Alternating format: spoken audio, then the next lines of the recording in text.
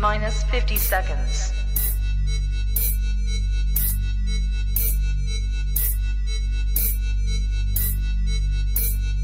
T-minus 40 seconds.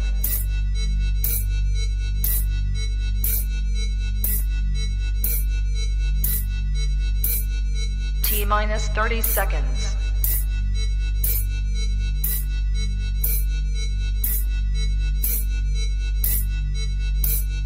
T-minus 20 seconds.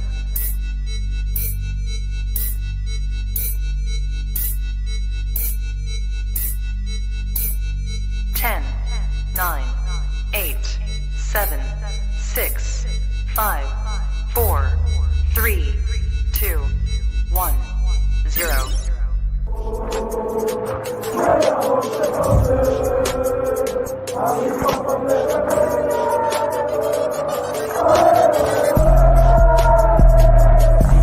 Shout out to Kop-Ish. Shout out to Kopish, guys. Keep all the good work the up. two legends, Emil Heskey, Howard Gill.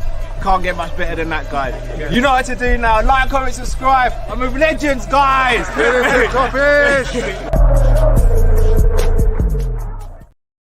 Yes, lovely people. Hope you're well. Welcome back to another episode of the Monday Night Live Show. As always, where we get behind the mic, please make sure you subscribe, comment, and like.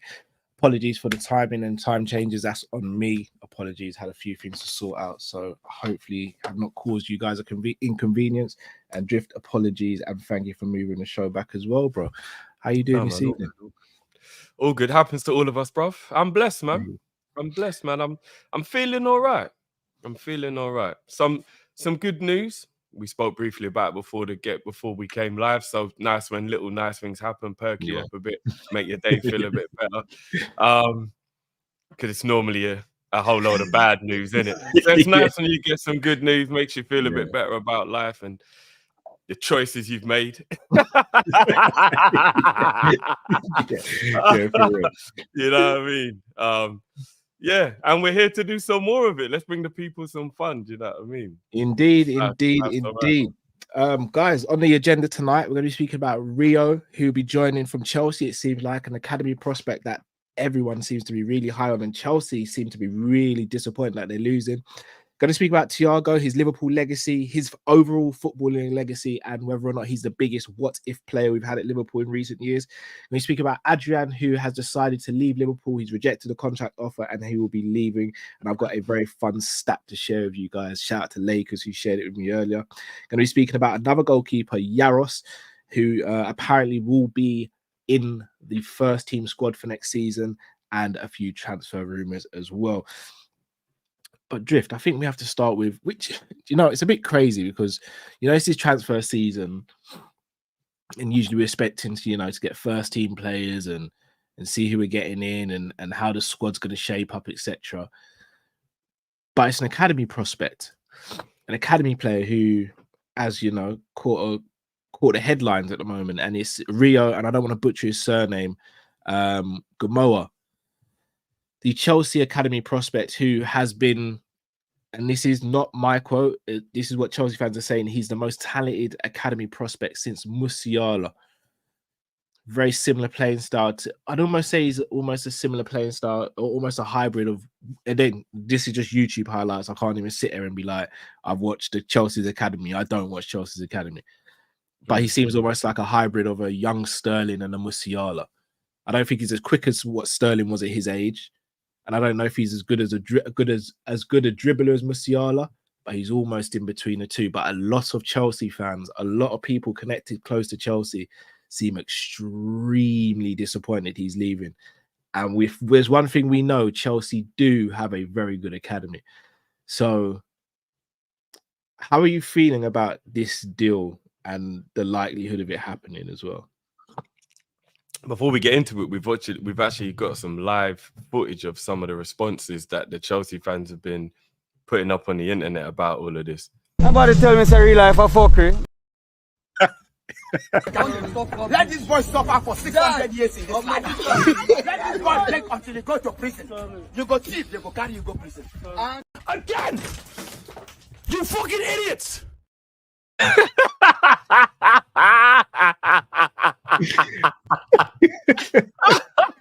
Shout out Cobham. No, Shout out Cobham. not Myron, bro. Not Myron. Shout out Cobham. Bro, there's one thing we know, yeah. We can be as shady as we want. We can be as shady as we want to Chelsea, yeah. When it comes to like the rivalry and all that kind of thing. One thing we ain't gonna do is we ain't gonna lie. Their academy is fucking elite. They produce some of the greatest talent that this country provides. Like if we're going to go through the last decade or so, even if it's somebody they've imported and just haven't utilized them like they did with De Bruyne, for example, And but Salah. their whole setup has the most top quality players that go through it and seem to slip through the net, or as Reece James did, make the team. I'm super, super excited at the reaction I'm seeing, because that's what allows me to know he might be one of them new dons. They've already seen Musiala go. They've already seen De Bruyne go. They've already seen Salah. All these young bucks they had, they've seen them all leave. Elise, all them boys that they've seen leave. Yeah, there's a reason they win the Youth FA Cup all the time, innit? Like, let's just be honest. City is like, starting to get to that level. yeah, as well. yeah. I'll be honest. City's youth team are cooking as well. That's a fact. Our youth team's cooking as well. But what we need to do is, man, them told me it worked.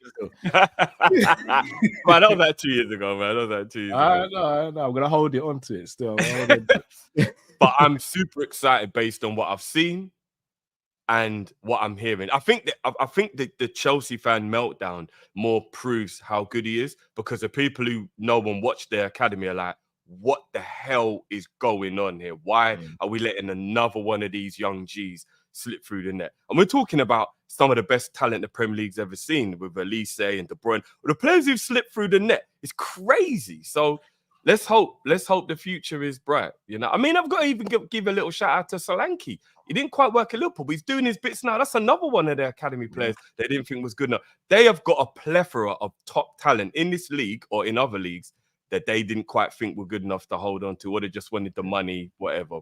So yeah, man, I'm hoping it goes down that road, bro. So just on that, Drift, in the last few years, Liverpool, in my opinion, have almost revolutionized their academy, and they have now started. And here's the thing: I know people will sleep on it. I can still hear you, bro. I'm just gonna blow my nose. Cool. I know people sleep on it, but this acquiring of Rio, or imminent acquiring of Rio, for me is nothing new, because we've seen over the past years, Kai Gordon, Ben Doak, all these other players, Bichetic, with like Nioni from Leicester, Trey Nioni.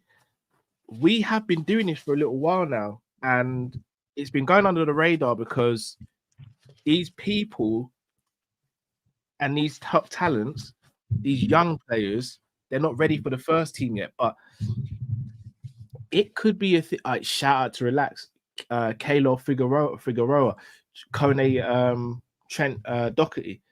Like, M. Tom is in Musialski. Yeah. Big up Musialski, man. Big up Musialski. Elliot, like, we've been doing this for a while now. It for me, this is something that is a very smart move from the club, because what happens is you either turn us into a new version of La Masia, where, you know, we start going into the youth academy and say, we need a player for this position. Boom, that's the player. Let's put him in, and we'll bolster the squad that way. Or, you know what? We start going, you know what? Maybe they don't make it, but we'll sell this player, put in a buyback clause, or we'll put in a sell-on clause, and we'll still make some money in the future. I ask you though, Drift, and this is where it gets really techie, because rumor has it that Rio was offered more of a financial package at Chelsea, and we've broken our traditional wage structure for a youth academy player in getting him. Are we in danger, or are we one of the last teams left that actually has a pathway for these youth players to get into the team? And if so, what's the balance between acquiring top talent or keeping a pathway? Because it's a very fine line between keeping a pathway and actually remaining relevant and winning and competing for trophies. How do you think we bridge that gap? That's a tough one. Or is it even possible? Because let's be real, he's probably looked at Chelsea's team and he's gone, well, you lot are buying 21 to 25-year-olds. I'm 15, so yeah, they're 6 years older than me. but I'm looking to break through maybe about 17, 18, 2 years time. Those 21-year-olds, 2 years time, 3 years time, they're probably going to be close to their prime. So am I even going to get close to the team? Whereas he's seen Liverpool, and bear in mind, this is under Klopp, so we don't know what's going to happen with Slot. He's seen Bobby Clark, McConnell, Bradley, Trent, Elliott. Who else is there, Drift? Kelleher. You've seen all these players. Yeah, Kwanzaa. I don't know if you said Kwanzaa. Kwanzaa as well. You've seen all these players think, and he's probably thinking to himself, how am I getting into this team? Curtis Jones, sorry, Allier. I'm not like. So what you got to do, bro, you got to rewind 2 to 3 years, right? And Klopp had a dream. And what Klopp's dream was to leave. I mean, he's always had a dream to leave a legacy. But 3 years ago is when it fully started to become a thing, because our training ground was being made. And our training ground was being made with the view that the manager can look left and the first teamers are there, and he can look right and the youth team is there. And we're going to implement a system that means from around 15 years old upwards, they start to play the same football right through to the under 23s. That when you get to the first team, it isn't that much more. It isn't that difficult to adapt to the playing style. The pressure, all that stuff, that's always going to be difficult. But the playing style, getting used to it, and all of that kind of stuff is going to be a fluid transition. The way Ajax have done it, the way Barcelona have done it. These teams that have got the greatest youth systems in the world, the way they've done it. So this is almost a part of Klopp's dream coming true right now, bro. And that's why the legacy this man left wasn't just the trophies. It's going to be a long-standing legacy, because he's probably looking at the way we are now. Because let's be real, bro. Even it might be by accident based on a few other things, but I still think it was kind of Klopp's vision anyway, is to be allowing a pathway for the youth players to come into the first team. Absolutely. And last season was probably deliberate by an accidental design based on a few things that happened the season before and whatever. But even so, I still believe it was Klopp's plan and it was the club's plan all along. Sorry to cut you. I think last season he just had to fast track his plan because of the injuries. Yeah. That's what I mean. It kind of being an accident kind of thing. Yeah. But he's probably looking at that situation and thinking, Liverpool are about to become that kind of Barcelona-y team in England where it is probably the most chance. And fair play to Man United, they might be trying to go down that road as well. But if you look at Arsenal, if you look at Chelsea, if you look at Tottenham, I think those teams right now seem to be feeling a pressure where they can't really do that. Case in point, and I don't want to get into the semantics of it, but I think the best talent to come out of there, who's just been unlucky, is Emil Smith-Rowe. Out of the Arsenal academy. I think his talent is super. I know his career don't even match Saka remotely, but I think for pure talent, I think he's more talented than Saka. He's just had other weird things that have happened to him. Bro, look, he's looking to have to move to Fulham now because he's not going to get any game time because Arteta's feeling the pressure that he can't give as many youth players as he probably wants because he's got this, I've got to win, I've got to be the best, I've got to do it. Liverpool seem to be a bit relaxed now. We're like, no, we'll let our kids play. We've got the pressure of all that, but we'll let our kids play. Now, whether Slot continues that is a different thing. If Klopp was still here, I know this would be a fact. Klopp would still continue to let these youth players have some games. Smith-Rowe came from Chelsea as well. Shut up, did he? What? I thought he was just clean straight out of Arsenal. No, came from Chelsea as well. Right, another G out of the Chelsea academy. Flipping, no. So I believe that he's looked at it and he's thought, Liverpool look like the best team right now in England for me to have a pathway into the first team. Whether I make it or not will be on me and the effort I make and how good I am, etc., etc. But I think he's probably looked at it and he thought, Man City, as you said rightly, theirs is kind of on smash and they've already got theirs. So I'm not going to go there and get in because they've got the Dons in there already, Palmer, Foden. They've got their young Dons. What's that other guy they've got coming through as well? That wicked mix. Yeah. No.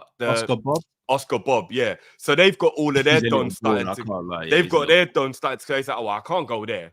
He's looking at Chelsea like, they don't have a pathway. They just shot me, so I'm going to go anyway. Do you know what I mean? And then he's looking at Arsenal, he's looking at Tottenham, and he's thinking, there's no room for development right now in those clubs. So he's probably looking at Liverpool thinking it's the most likely way I will get a pathway into the first team based on currently how everything looks, what the priorities are, the ownership, everything. And, you know, if it ends up being he's one of those top Gs, we'll see how we get. When we have to cross that bridge when he's about 17, 18, and we see if he's ready to actually come into the first team, we'll cross that bridge now. But look, it's a good look for us as an academy, as a team, that we can go and teeth the team in England who, with all due respect, do have the best youth academy. We have to be honest. Chelsea have the best youth academy, and we're about to teeth one of their prize assets. That's a big L for Chelsea. Harvey, shout to AZ, shout. Harvey Elliott was at Chelsea before he got released, and so was obviously Mark Gay. We knew about Mark Gay. Oh, so Elliott wasn't in the... I thought it was the... So he went to... He must have gone from Chelsea to Fulham at like 13, 14 then. Wow.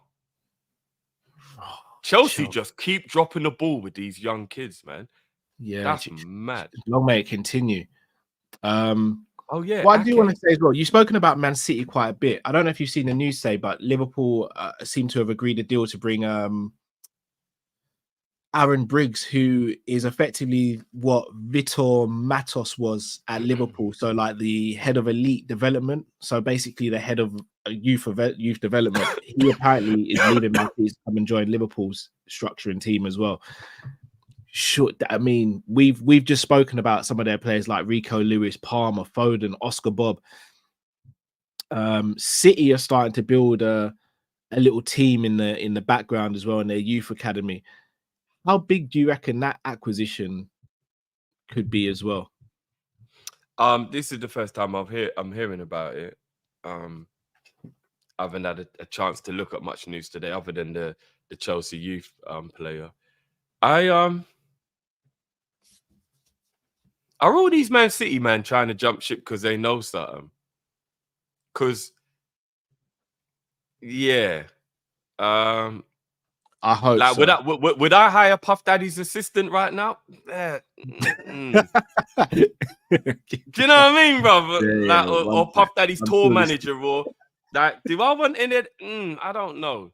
I know that sounds like I'm just trying to be shady to City, but I don't know about any of the employees that are around while what was going on, because you don't know who knew what was what, or who is involved in what, or who's trying to just skeet out the back door, or I don't know.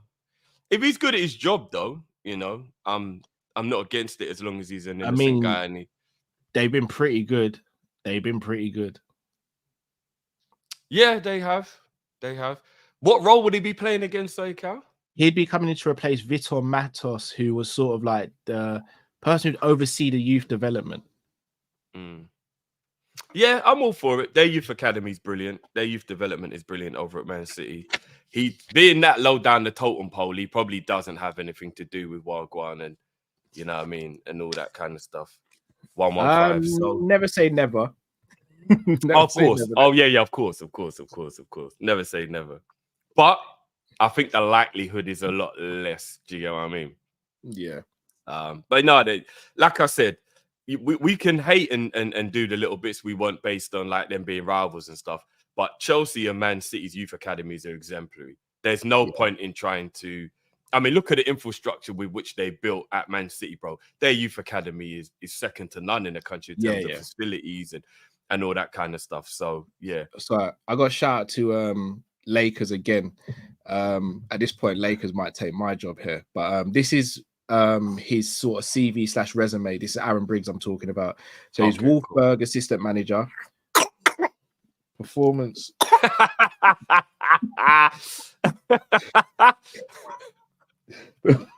Like sister, like brother. Yeah. Performance manager at Manchester City's youth. Under 23s assistant manager. Match analysis.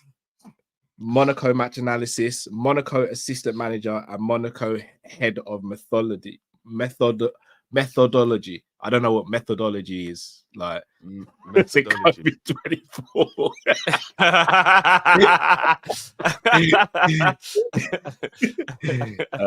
So he has got a very extensive CV and resume. And yeah. And Monaco are a team as well that produce a lot of talented young players as well. Wolfsburg as well. Don't sleep on Wolfsburg. Yeah. That's true. So, hey, do you know what? What you saying? FSG trying to get man on side? Is that what they're doing? They're making right appointments across the board. Is that what they're doing? Are they trying to get man back on side? Is that the point? I'm just saying, an AI version of me last season said FSG for life, but the real Callum could say it this year, depending on how things move. I'm not gonna lie, bro. Look, I told everybody straight up, if we sign Musiala this summer, I will do it in my boxer shorts, Rago. We ain't signing Musiala. I'm gonna be real. No, I know, but if we do, then I will sit here and I will scream FSG for life. If they go get me Musiala, then I will be joining the Callum train on that one. So we'll see. We will see. So obviously this has something to do with Slots. So obviously Slots on board with all of this. Apparently, hold on, we're going for the West Ham assistant manager as well. Gee, and also we've approached what's the guy that used to play for Everton, Dutch player?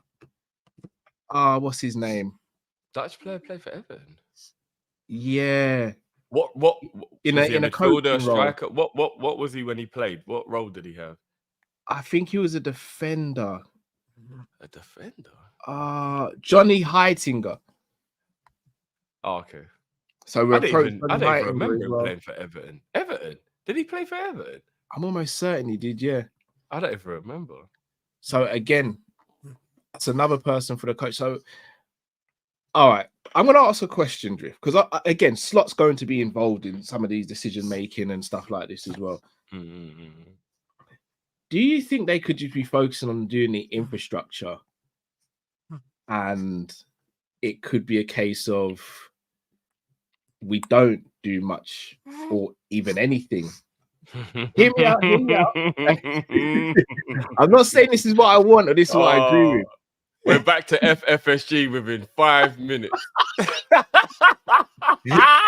I'm going to compare it to a house.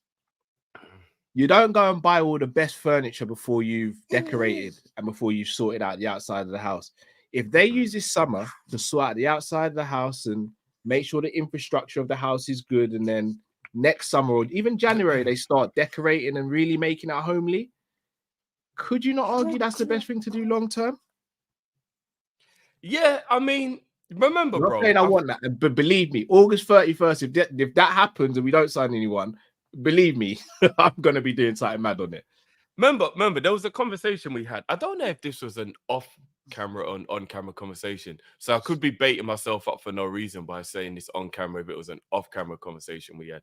But I will be angry if you don't make signings. Don't get me wrong, because I do believe there are roles in the team that have to be improved upon. The positions that we've definitely got to bolster. But I don't know if you remember me saying this. I still think our squad is a brilliant squad. And I don't think we're as far off as people think we are. I think we were emotionally drained. I think everything that happened last year was around like the whole like Klopp's leaving. And I think a lot of people are still sleeping on the fact that we had 4 new midfielders in one window that are all trying to get used to being at the club at the same time. They're all a year down the line now, bro. We've got a year's more experience into Curtis Jones, Harvey Elliott, all these young G's that we have as well. I truly believe, Cal, people are going to think I'm a madman. I truly believe if we had a DM that everybody rated like a Rodri or a Declan Rice or a player of that level, I don't think anybody would really be that bothered about what we do in the window. They'd let Slot cook. No, but because no one likes Endo, I think that's the reason. No, I'm not saying people wouldn't think we need that position, but I don't think people would be as annoyed of our lack of movement. I think people are truly more worried about the DM than they are anything. Like I do. I truly believe. Shout out to Adrian. He said you're both mad and sane. I hear what you're saying. Do you get where I'm coming from, though? Yeah. Like if Rodri played for Liverpool, I don't think people will be that bothered, bro. I think we'll be like, let's let Slot cook. Let's just see what he's got. But because people don't trust Endo, and I don't want to do the whole like getting onto Endo, that ain't the point I'm making. But because people don't trust Endo, I think that is what the worry is for a lot of of the Liverpool fans that are really annoyed at the lack of movement. And that's not to say they wouldn't want a defender. I think we need a defender. That's not to say they wouldn't want a forward, because I believe we need a right winger. But I do believe that the real worry is because people don't think that the DM role in our team is good enough to win the league. And I think everyone also agree that if we'd have had Declan Rice or we'd have had Rodri, even with the emotional fatigue and everything we went through, we probably would have won the league last year. If we'd have had one of those two as an example, even if we'd have bought Paulinho, and Paulinho would have been a Liverpool player last season, I think we probably would have still won the league. Meaning our squad ain't that bad. We're not that far away.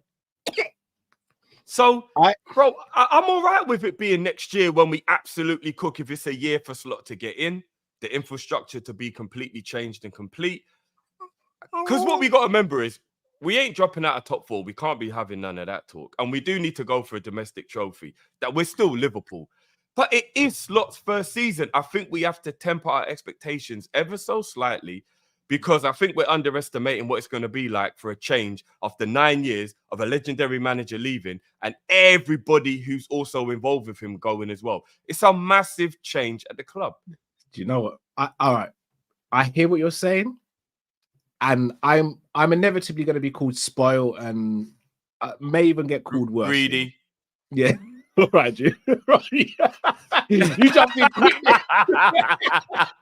Right, sound like you had that one on the back burner for a while. No, I've told you that before. I think you're greedy sometimes. I don't want to wait a year, bro. Because I've waited 4 years. I hear that. We don't even know if we have another year. I get that. And it's not just that as well. I'm going to see a summer where Arsenal are going to improve, and they ran City close last season. City still the unknown, because we don't know even if they're going to have a club this time next season. Chelsea, is only a matter of time before they start getting it right. And I'll be honest with you, I'm going to say this here.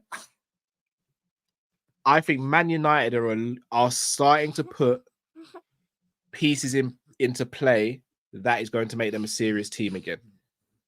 Not saying they're going to catch us They're straight doing away. what we're doing, but just at a slower pace. Yeah, At a slower. They're at the beginning. We're in our second phase. They're in their first phase at the beginning. Yeah, and that's my worry, because Man United have the money and the prestige to do things quicker than what we had.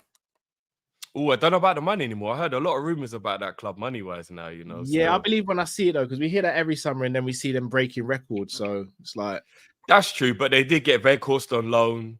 They did get. Do you get what I mean? Like, if they go and get Xerxes, and a couple other players, that improves their team a lot. I hear that. And I know people don't really rate Højlund. If you put good players around him, I think he actually cooks. Højlund's a good player. He is a good player. I think he cooks. He's really young, man. He's what, 19? You got to give him a blight. Like, he's really young. Like, I think Højlund will be a top striker as well. I agree with that. So yeah, I'm interested to see what happens there. Another academy prospect who's been out on loan and might actually. Delete is just another one of Thingy's boys, though. He really can't go outside of who he knows, can he? My word. Who's that, Ten Hag?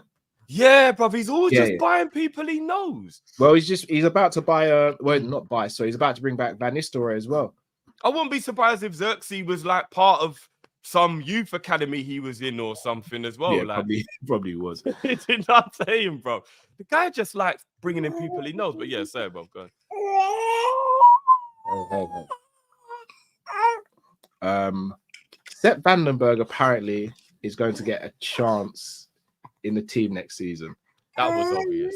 Did you see the hug Slot gave him? I watched that hug and I said, damn, he's going to get a chance. I'll be honest, I don't know how I feel about that. And this is where I'll go from saying, yeah, maybe we could wait a year, or maybe that's what the club are doing to you're taking the mick now. Because Sepp don't really seem like he wants to be here either. And respectfully, we could be cashing in and getting a better player in my opinion. 20 M's we were offered, right? Yeah. Yeah, you paid 5 up for him, I think, or 4. Yeah, you let him go for 20. Especially that you've been letting me know, because you've been keeping an eye on him more, that he seems to be a lot more of a right back than a centre back now. Seems like he's evolved into more of a right back than a centre back. He's a right back, right winger, right wing back. Sorry, not right winger, right wing back. But that's mad considering we bought him to be a centre back, isn't it? That's a mad transition from a centre back to a right fullback. I don't think we knew what we were really doing. I think he came a part of one of the weird periods of our. I think we're going to look back at a period of our transfers over the last few years and go, what the hell were we actually doing? We thought Edwards thought everything would hit. We were doing that well, innit? He just thought everything will hit. Let me just buy all these. I don't think that was an Edwards situation. I think that was more. I don't want to say his cheapness. No. That was an Edwards. What, a young up and coming player that is value for money? That's an Edwards signing, bro. That has Edwards. I think it was a bit of both. Edwards and Elliott, those two, I think, were Edwards. That was like the sum of bringing in these young, talented players that are future-proofing us. I think that was Elliott. I mean, I ask you a question? That was Edwards. Sepp Vandenberg.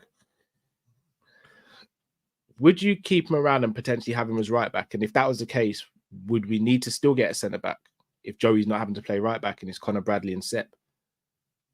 The only way I would keep him around to be right back is if it was going to be 100% left back only for Joey now. Then I would be like, okay, so Sepp's going to be the third choice right back. Cool. Like, I don't have a problem with that. But I don't think Joey will be full-time left back purely based on the fact that there are other players in the squad that I think will be left back over him. And I'm not even sure if he himself would even want that. I worry about stuff like Sepp. Give me one Sepp, bro. Yeah. Let me help some of these supers real quick.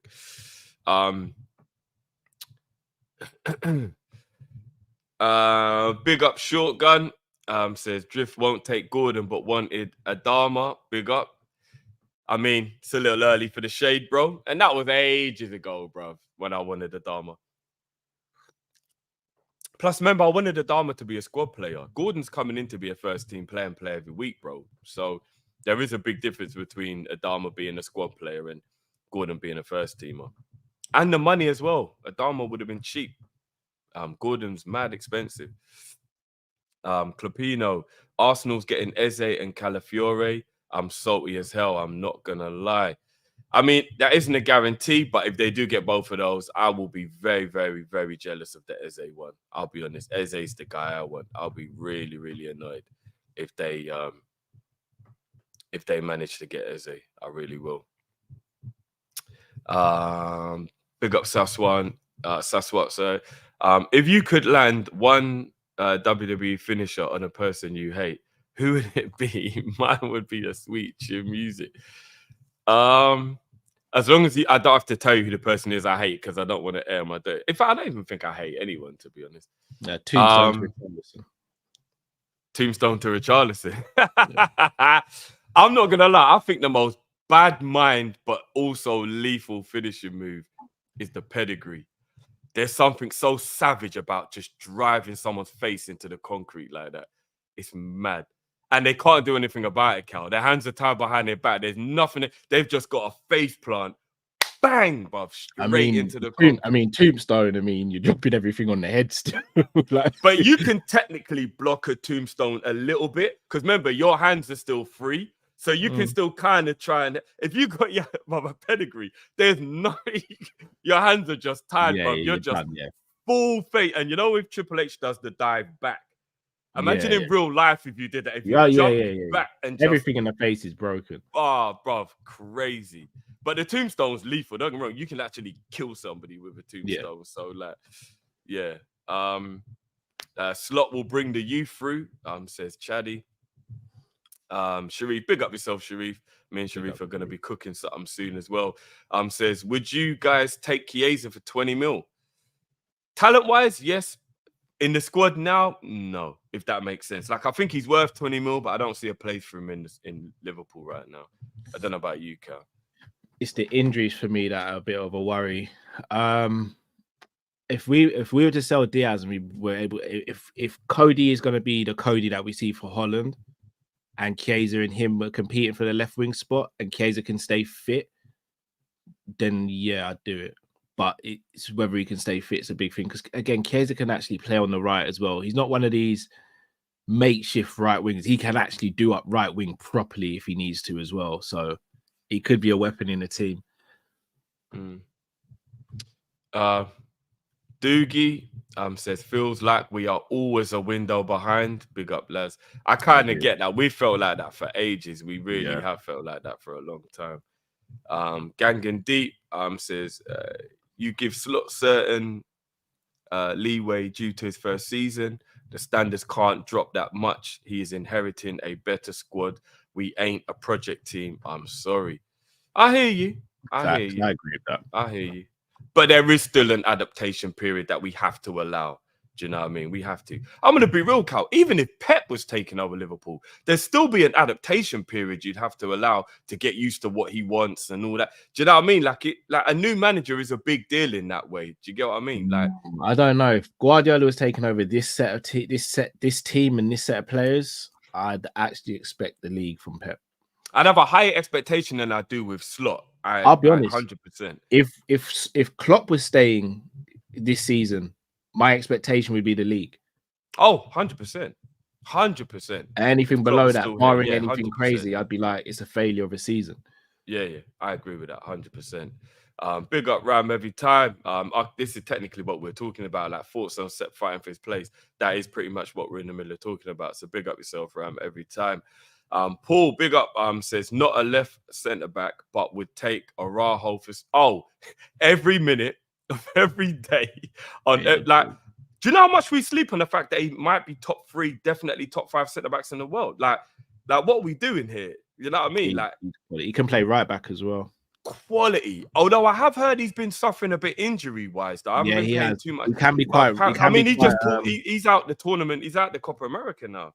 Oh, is it? Hamstring. He's also can be quite temperamental as well. But in terms of his ability, he's a bad boy. Excellent. He's an absolute bad boy. Vince says Sister Abigail to Bernardo Silva. yeah, big up. That is a bit of a savage finishing move. Still, if anyone don't know, that's a finishing move. I just whack man into the ground. Boy. Sorry, shout out to Kojo. How many times have I said this statement? Yeah. All right, Kojo. One thing I will say though, bro, is that you love a defender who knows how to defend. Thiago Hernandez isn't the greatest defensively.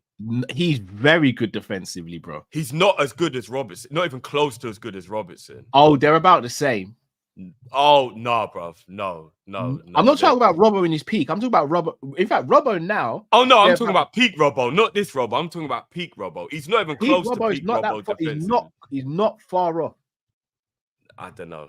I do rate him, though. I think he's a top quality player. I'm taking Hernandez all day, but I still think he can be caught out a bit defensively. So I just ask, would we be all right for those occasional out of position mishaps that he has? Because we have a very high standard here. We chastise our fullbacks when they're out of position. He's so good, man. He is good, though. He is good. I'm not even going to try and butcher your name. Apologies, bro, because I know I'm going to get it wrong. Just gonna... There you go. Too much Bacardi. Do you guys think Slot is ruthless? Big up yourselves. Big up to you as well, bro. I think he's a lot more ruthless than Klopp. Yeah. I don't know if he's Guardiola ruthless, though. Yeah. 40 months a member. Big up yourself as well, brother. Yeah, I don't know if he is. I think he is, more ruthless than Klopp. I think most managers are more ruthless than Klopp, to be honest. Not in a rude way. Bro, no, sir. I gave you the look like, go on, say it again, bro. Not that bad because you're on camera, bro. Looked up at the screen, I'm like, right, I ain't here for smoke, bro. Just that look was totally accidental, bro. Right, guys, if you haven't already, smash that like button, subscribe if you're new to the channel. Right, from an academy prospect and someone who's going to be joining the club potentially at the age of 15/16 to a player who has just retired. Thiago Alcantara, as well, Fabrizio technically announced his retirement, which I think should have been left for the player to do. But Thiago Alcantara has retired from football after leaving a legacy behind of playing for Barcelona, Bayern Munich, Spain, and of course, Liverpool being his last club. In terms of a footballer and his career and just who he was as a player, unquestionably one of the best players we'll see in our lifetimes. Unquestionably. At his peak, in my opinion, the best centre midfielder in world football. Shout out to Drift, who was one of the first people to actually really big him up back on the Football Banter show days, and you actually called it out from early. But because we're a Liverpool channel and we've got to speak about Liverpool predominantly, I've got to ask some tough questions. And maybe it's a good thing Matt couldn't make the show. Big up to Matt as always, because maybe you guys wouldn't see me on the channel again. Thiago's Liverpool legacy. Drift.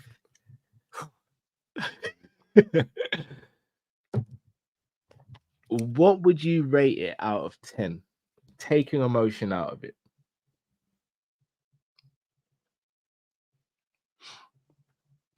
5. Tell me why you think it's average, bro. He was with Liverpool for 4 years. And I'll say we only got 18 months out of him in that 4 years, which is bad. That in terms of availability, that is bad. But when he played, I still think he played, and for the most part, at an exceptional level to still keep him at an average. Because the quad chasing season, especially, because that's the only real season when he played a consistent role in the team, like throughout, without like a major gap, I believe. I think all the other seasons he had like a part where there was like a major gap from an injury. I think he was really, really good in that season when we did have him available, and he was definitely integral to us being able to keep up that chase for the 4 trophies. But outside of that, you can't take away from the fact that it was so frustrating that we just couldn't get him out on the pitch. It was so frustrating that we couldn't get him out on the pitch. We spoke about this a few weeks ago, and now he's gone. People can kind of more talk about him in a celebratory way. Well, that party really got you tonight, innit? Yeah, bro. I'm not gonna lie. How much have I had? I don't know if you can see how much I've had. You can see where it is. Yeah. I've been on a vibe today. So let's not do the shade in him, because we know it was annoying that he wasn't able to play. Let's not go down that road where we like just talk about the negatives. He's gone now. People didn't like him taking up a space in the team. People didn't like the fact that he was on 200 grand a week. We get all of that. That stuff I understand. But let's just talk about him positively as much as we can now, because he was still a Liverpool player and he's a footballing legend. And sorry, Drift. I'm going to get to that. I don't want you to go too far. I just want to stick. No. So I'm just going to say, so in the Liverpool assessment of him, I'm still going to try my hardest to only talk about when he played. When he didn't play was more frustration. It wasn't like he was playing, he'd thrown up stinkers and he was rubbish and he was having these poor games. It was just he wasn't playing. Do you get what I mean?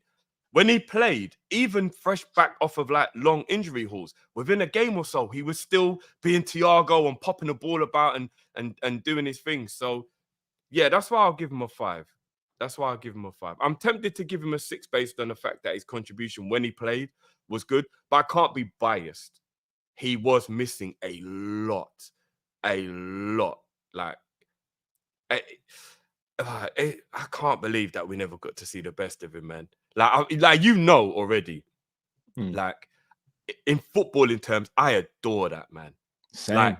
Like I adore that man. Like he is what you call a baller. Like that's the true definition of a football genius. You'd pay to go and watch him. Yeah, bro. Like you pay to go and watch players like him.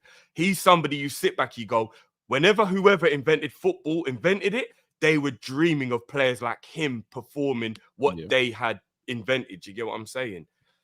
And I can't believe what could have been. What could have been? It's just like when we sit back and we think, imagine if we'd have kept Torres and had Torres and Suarez. What could have been? Like, you know, you have those moments in football. If Gerrard had ever played for Klopp, what could have been? He goes into one of those categories for me of what could have been. If these 4 years had been injury-free and he would have been allowed the freedom to do what he does and perform the way he does when he's fit, what could have been? And it will always kind of haunt me a little bit. But I'm still proud I got to see him in Liverpool shirt. I'm sorry. I know a lot of people don't feel the same way as me because people have become obsessed with winning. But I am super, super happy, proud, and in love with the fact that for 4 years, I got to call Thiago a Liverpool player, see him wearing that Liverpool shirt, and I can call him a Red. So I hear that. I'd actually give him a 4 for his Liverpool tenure. Not because he's rubbish. It's just we just didn't get to see him enough. Generally didn't get to see him enough. Obviously, the Everton game in his first season, that wasn't his fault. And then when he did come back, he wasn't great because he was being played in the number 6 as a lone 6, which didn't suit him at all. Plus, still getting used to the league. And then for the last 10 games of that season, him and Fabinho in the double pivot were immense. Considering they had Nat Phillips and Reece Williams behind them, they were so good. Without them two playing in the double pivot that season, we don't finish top 4. no, not at all. Quad chasing season, I thought he was excellent. I mean, it's his best season in a Liverpool shirt, but he also did miss quite a lot of games in that season as well. The following season, I thought he was good at the beginning of the season, then sort of wavered off and then got the bad injury. And then last season, he only played 16 minutes all season, which is just... You can't even count that year. Like, you actually just can't even count that year. It's devastating to even say, but to actually witness it was heartbreaking. So for me, it's a 4 out of 10, not because of who he was, not because of what he was, but because of just the situation that happened around him. In terms of biggest what if, I saw Kojo shout against Kojo saying he was a what if.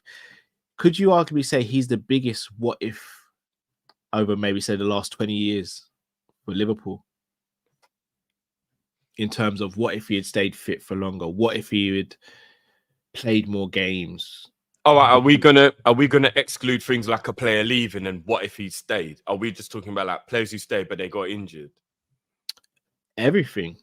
Like, I'd say Emre Can for me is a big what if. What if he had stayed? Because I honestly believe if Emre Can stayed, I think we would have been healthy in midfield for a long time as well, because he could have done 6 and 8 as well. In the same way, Coutinho is a massive what if on both sides.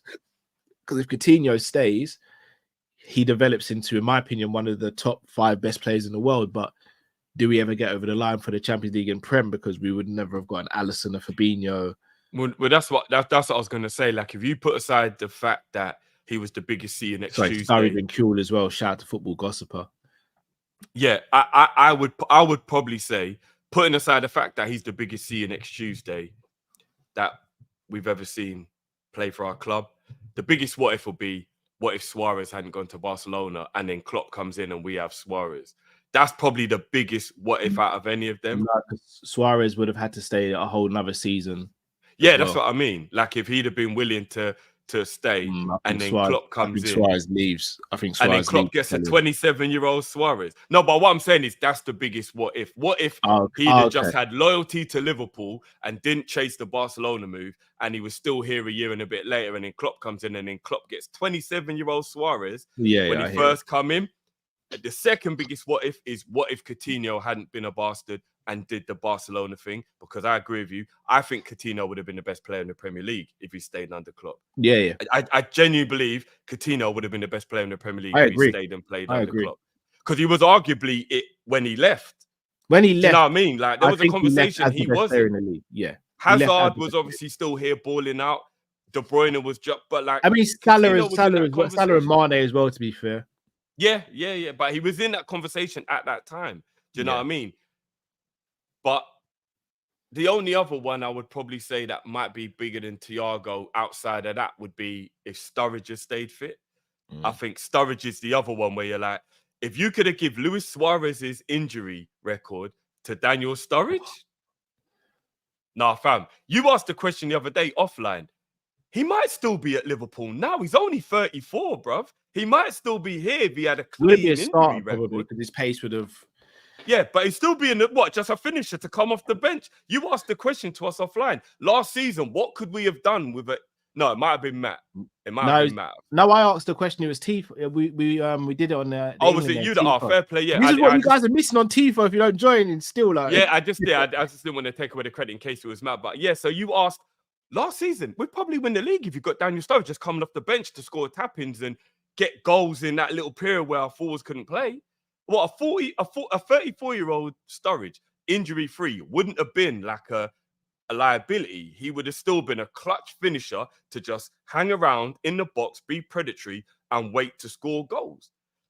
So I think Daniel Sturridge is probably the only what if outside of that, because, bro, if Thiago comes in and he's fully fit and Klopp can implement the system the way he wanted to, coming into being a more possession-based team, dictating the play and being able to build the team around him because he played every week, we would have been unstoppable with a peak Thiago playing every week. Like, honestly, I think people need to go back and look at that Bayern Munich season they won the Champions League to understand what Liverpool would have been, but a notch up, I believe. I think we would have even been a notch up from that because I think we got better players, that Thiago, the Manes and the Salahs and all of that. So Thiago would have been doing that Bayern Munich with better players, bro. Bobby up front and bro, we would have absolutely, with Flacco next to him and all, bro, the way we would have been, Genie still as well. Oh gosh, bro, it would have been ridiculous what we would have done if Thiago could have actually been able to stay fit to fulfill the plan that we had while we bought him.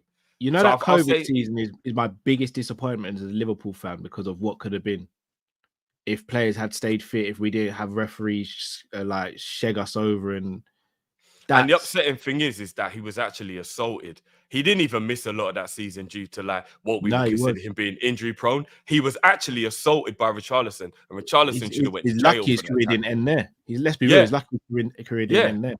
Knee-high, stud showing, sliding, brute. Like, I don't think people, like, the fact he was even able to come back from that injury based on how his body played on the rest of that game. The fact that he played the rest of that game is crazy. Did he play on in that game? Played on. Shit, I forgot about that. Yeah, that was crazy. If I'm not mistaken, he played the pass to Mane down the wing that Mane pulled back and Henderson scored what we thought was the winner at the time. He played the rest of that game. Crazy. And then we didn't see him again until I think Richarlison should have got some. He should have got like 6 weeks in jail for that tackle. I promise you, bro. Yeah, or a tombstone. And he meant it as well. It weren't even an accident. He meant that. That's just fuggery, bro. I'm gonna ask another tough question here, Drift. Same game, Pickford on Verge as well. Fucking hell. Would you say that Thiago was let down by the club in terms of playing style and what he was asked to do? In fact, I'm going to be more specific. I know you are. Was he let down by Klopp? A little bit, yeah. My love for Klopp's not going to make me lie or be disingenuous. And I'll put Pep Linders in there as well.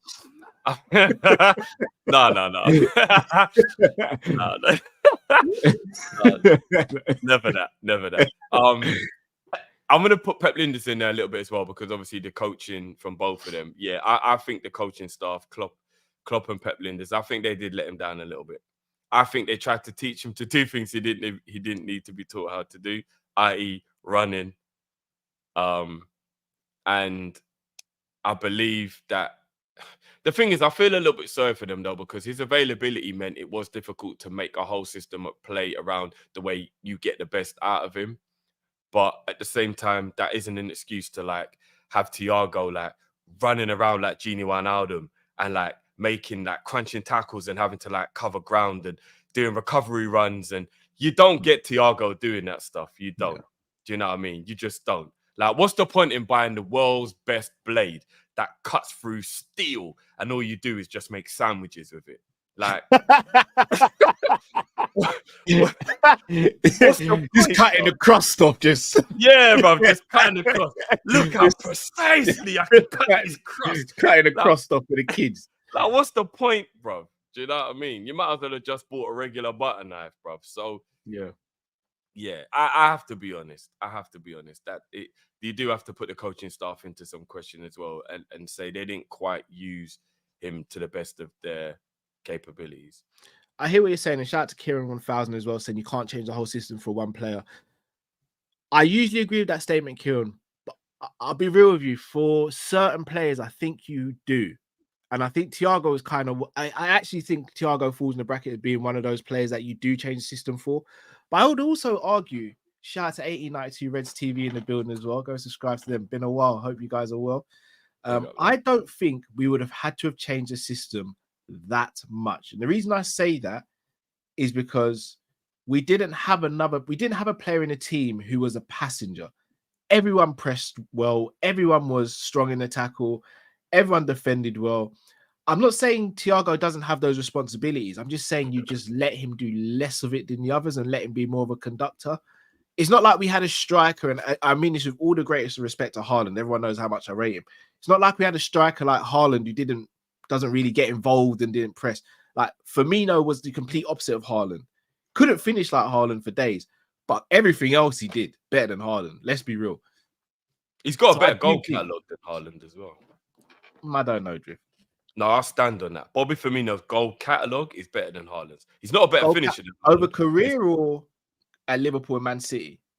Whatever you want to look at. Bobby Firmino, if you look at Bobby Firmino's just his goal catalogue, you think he's one of the greatest strikers that's ever lived. His goals are sensational, but his finishing couldn't talk to Haaland's. I agree with that. But I don't think he would have had to. I don't think Thiago would have had to I don't think Klopp and Linders would have had to completely change the system. I just think it's a case of you just have him and Fabinho. Like, you'd have maybe just let them sit a little bit deeper. Well, here's the thing, Carl. We've got one player in the team we have always allowed that freedom, and it's Salah. We got to be honest. Salah's not been asked to do super pressing. He's not been asked to do super tracking back. He's always been the one player in our team we've given a bit more freedom than anybody else. I do think the freedom he gets is overplayed. I don't think he's got as much freedom as I think is given. I think Salah got freedom in the last 20 minutes of a game if we were winning the game. Because he'd be the one that stays higher up. He was never truly ever asked. Because remember, Hendo would cover that right side a lot. Salah's the one player we have to, like, if we're being really honest, 50% of what everyone else was asked to do defensively was asked of Salah. Only 50%. He got away with a lot. He got away with a lot. I'd say he did 70% of the others, and the others did 100%. I think you're being generous. Do you think so? Yeah, bro. I think you're being generous. Salah was never asked to press the way Bobby and Sadio were, the way Genie and Hendo were. He was never asked to trap back the way Oxlade-Chamberlain and Mane and those guys were. Like, I do think he was given a lot more allowances to stay, but that we catered the system for it. We weren't babying him. We just catered the system for it. Because I don't think he's capable of tackling as well as Mane and Bobby and all these guys as well. No, he's not. He's not. Do you get what I mean? So there was no point asking him to do something he wasn't as good at doing. Do you get what I mean? So I think it was a by design kind of thing. You know, Henderson, Genie, a lot of players filled in and did work. And the system worked. We fucking won everything. We won everything. Do you know what I mean? The system worked. So I'm not being shady to Salah. I just think Salah was allowed a lot more freedom than anyone else in the team. See, I actually think Trent probably had the most freedom out of anyone. I still think there was a higher level than Salah defensively on Trent. I think slightly Trent, because remember Hendo effectively played as a right back. But remember, this is why we grill Trent a lot though, because we're like, he's got to get back. Like, you know, we're like I know he's given freedom to move forward, but he's got to get back. There was still a responsibility on him.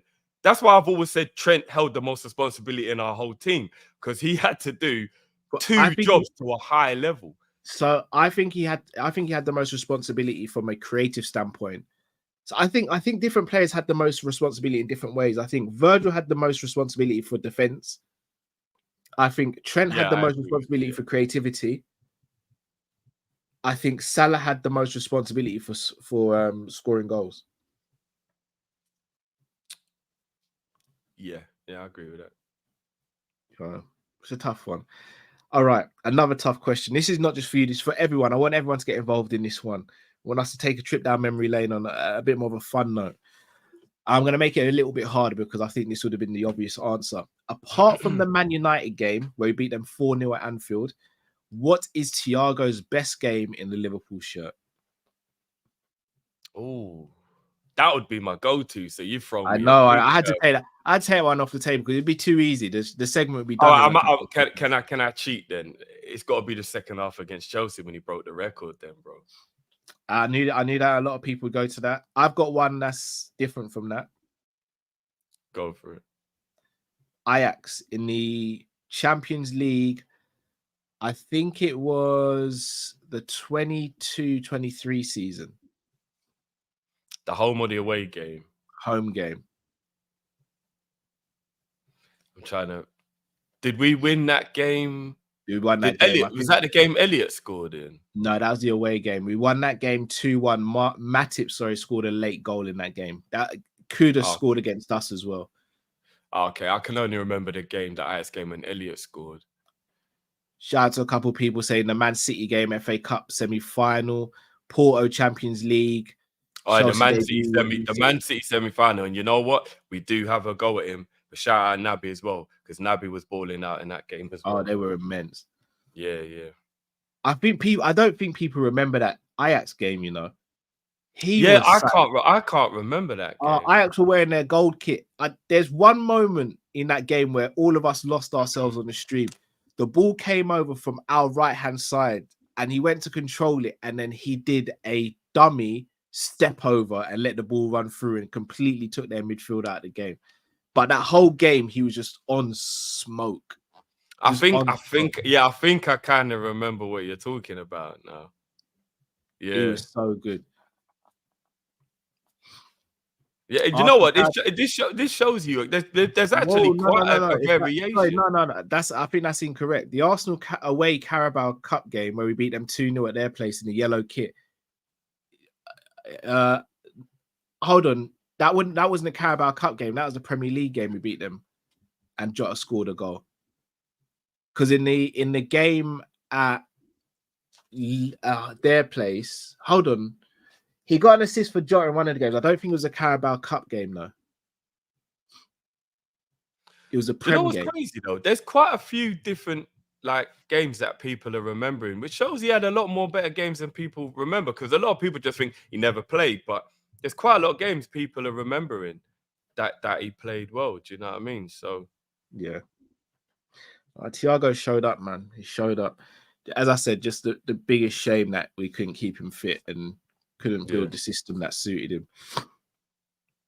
But as terms of footballing goes, he finishes football as a legend. And I'll be honest with you, from the few snippets I've seen, don't be surprised if you see him become a coach, and a very good one in the future. I would love nothing more than an announcement to be he's become a part of Slot's coaching team, or like he's joining the youth academy at Liverpool to become like the under-18s coach or something like that. I would love that, man. I'd love it. Chances are, though, like, remember, he's Barca born and bred. He'd probably go back to Spain now, I reckon. I mean, he really seems to love Liverpool. His kids love Liverpool. His family love Liverpool. No, and we can't sleep on the fact that he loved Bayern Munich as well, and it was the club he spent the longest time at as well. So, I mean, his kids wear Liverpool tops, though. Yeah, no, I hear that. Bro, we're a different club, bruv. I know. Once you're part of us, bruv, you're here now, bruv. Even Torres the Judas, bruv. Like, he talks about us more than he talks about Atletico, bruv. Yeah, good for him, innit?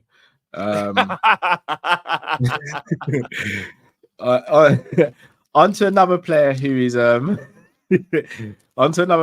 left Liverpool. Not from what we wanted as a club, though, is goalkeeper Adrian. Adrian has finally left Liverpool. Rumors are that he's going to be joining Real Betis. And I have a stat for you guys. Adrian, if I'm not mistaken by this stat, is the winningest player with over 10 appearances for Liverpool Football Club. Forgiveness. I mean, we're just not cool here. Like, we see each other on the street, we nod a head, and that's it. Like, he ain't a legend for me. He ain't a legend. He's not a Liverpool legend. I don't know how he can be one of the greatest players to represent the team and not be a legend, but we will not have that argument now. We won't. We can do that on a members video. He's not a Liverpool legend. Yeah, we will. We can have that conversation. No. Sorry, Just Labs, you're right. The player with the highest winning percentage of any player who's played 10 games or more for the club at something like 80% odd. When Adrian played, Liverpool usually won still. We actually did. But when we lost, the people. when we lost though, when we lost with Adrian in goal, we lost. Ben over. Yeah. Ben over. Yeah. I asked you, Drift. Are you not in? And I don't want this to become a segment where we just take the mick out of him. I want us to be serious on this. We do the banter, but we always respect the players who play for the club. Yeah. Do you think it's the right decision, him moving on, or do you think it was the right decision for us to try and keep him? You can look at it one of two ways, and I get a lot of stick from the community when I say this. But I believe people in the dressing room that are good people are important, and I think we ski over it because we just want to win, and we want all the best players. Ski over it is wild, bro. I'm not gonna lie to you. That is crazy, bro. That is a big pause, bro. You lot got to get your minds out the gutter, man. Brubs, there's only one meaning of the word skeet, bro. Like you lot have got to get your minds out the gutter. No. Anyway, we skate over it then. Yeah, is that better? Yeah, skate or skip. Just not skeet. We skate over it. We skip over it. Whatever you lot want with your dirty ass, man. I think it's very important to have people in the dressing room who are important to keep a morale high, to keep everybody motivated. So one of the things I'm upset about Matip going as well. Matip was someone like that. He's very good in the dressing room, very professional, kept the vibes good, knew when to joke, knew when to be serious. I think these things are important. So I kind of get why Liverpool wanted to keep him, because not only that as well, I'm going to give him a bit of ratings here as well. Adrian is the best third choice goalkeeper in the league. Like, if you want like first choice and being backup, you're like, oh Jesus, he's going to play more than you want. But he was the best third choice goalkeeper in the league. I don't know everyone's third choice. I can't say. That's fair enough. I think he was a great option as third choice. If you're down to the point where your third choice goalkeeper is playing, I think he was as good as it can get. So I can understand why I wanted to keep him. But again, especially with the homegrown rule, I do believe, yes, brother Jamie, big up yourself. I do believe that it is a good thing that he's going, because as you've said as well, Cal, if you're trying to introduce the homegrown situation and to balance out the books, it probably is best that your third choice goalkeeper is a youth player, in it. Like, there's no point taking up one of the foreign spots. There's no point taking up one of the foreign spots with a goalkeeper. Hold on. What man speak about homegrown now, yeah, Drip? All right, bruv, you've drilled it into us now, bro. Like, we have to get it, bro. Like, we have to know it is what it is, bro. It's part of our repertoire now. Here. Who do you rather? Forget about the history. No, Adrian's a better goalkeeper than Karius. Yeah, Adrian's a better goalkeeper than Karius. Yeah, he is. Karius is a better distributor, but Adrian's a better goalkeeper. So yeah, I'm all right. I'm all right with it, but I do want to give him his flowers. I do. I know we've been annoyed at times. I know we've bantered him at times, but if you look at his Liverpool legacy, Cal, he had a pretty good Liverpool career. And I'm not even just talking about. I'm not talking about like not even like from a trophy point of view, bro. If you take the Aston Villa game and the Atletico Madrid game out, which are like the bro, I can't. Oh, howlers, bro. Like, bro. Wow. Nah, bro, like, wow. Yeah.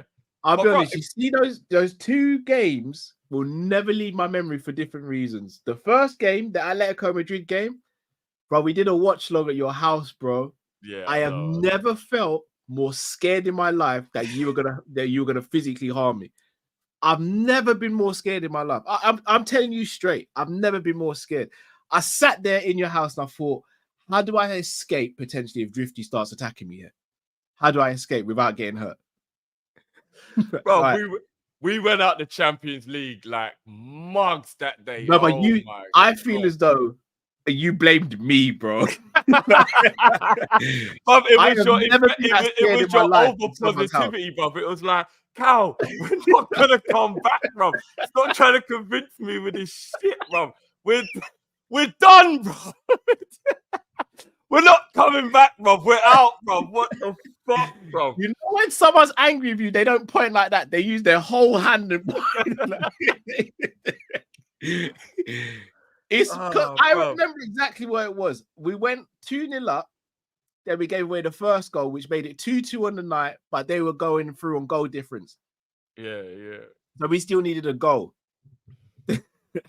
Then they got the second, and I was like, well, you know what, Drift? We still got the rest of this first half and the second half for extra time. It's not over. And you're like, Cal, it's over, you know. It's over. It's done. I can't believe he's effed us. I'm like, no, Drift, it's not done yet, man. We can do this. We can do this. And we kept on having a few more chances.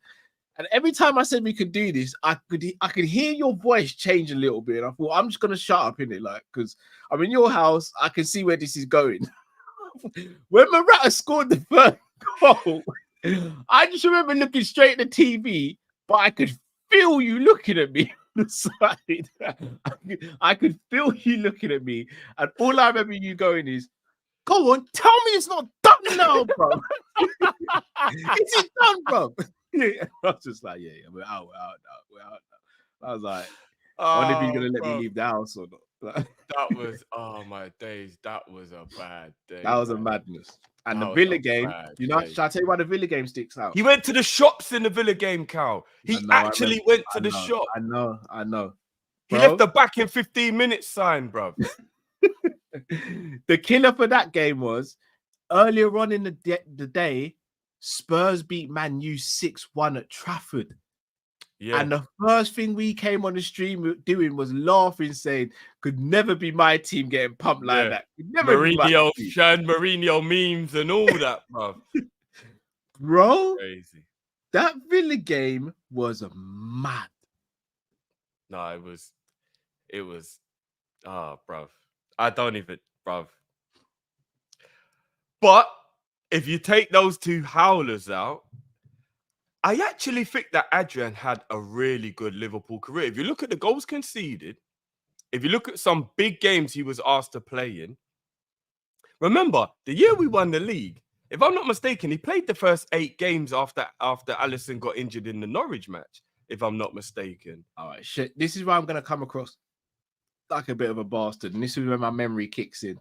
All right, go on. We played Southampton, a game we won 2-1. Mane scored the first goal. Firmino scored the second. Yeah, I remember his mistake in I remember his mistake in that game. Yeah. There was also another game in that period. I can't remember who it was against, but we won that game. But the reason why he didn't concede a goal, because he came running off his line and got lobbed, and Milner had to sprint back and clear it off the line, if I'm not mistaken. Leicester, I think that was. Was that Leicester, maybe?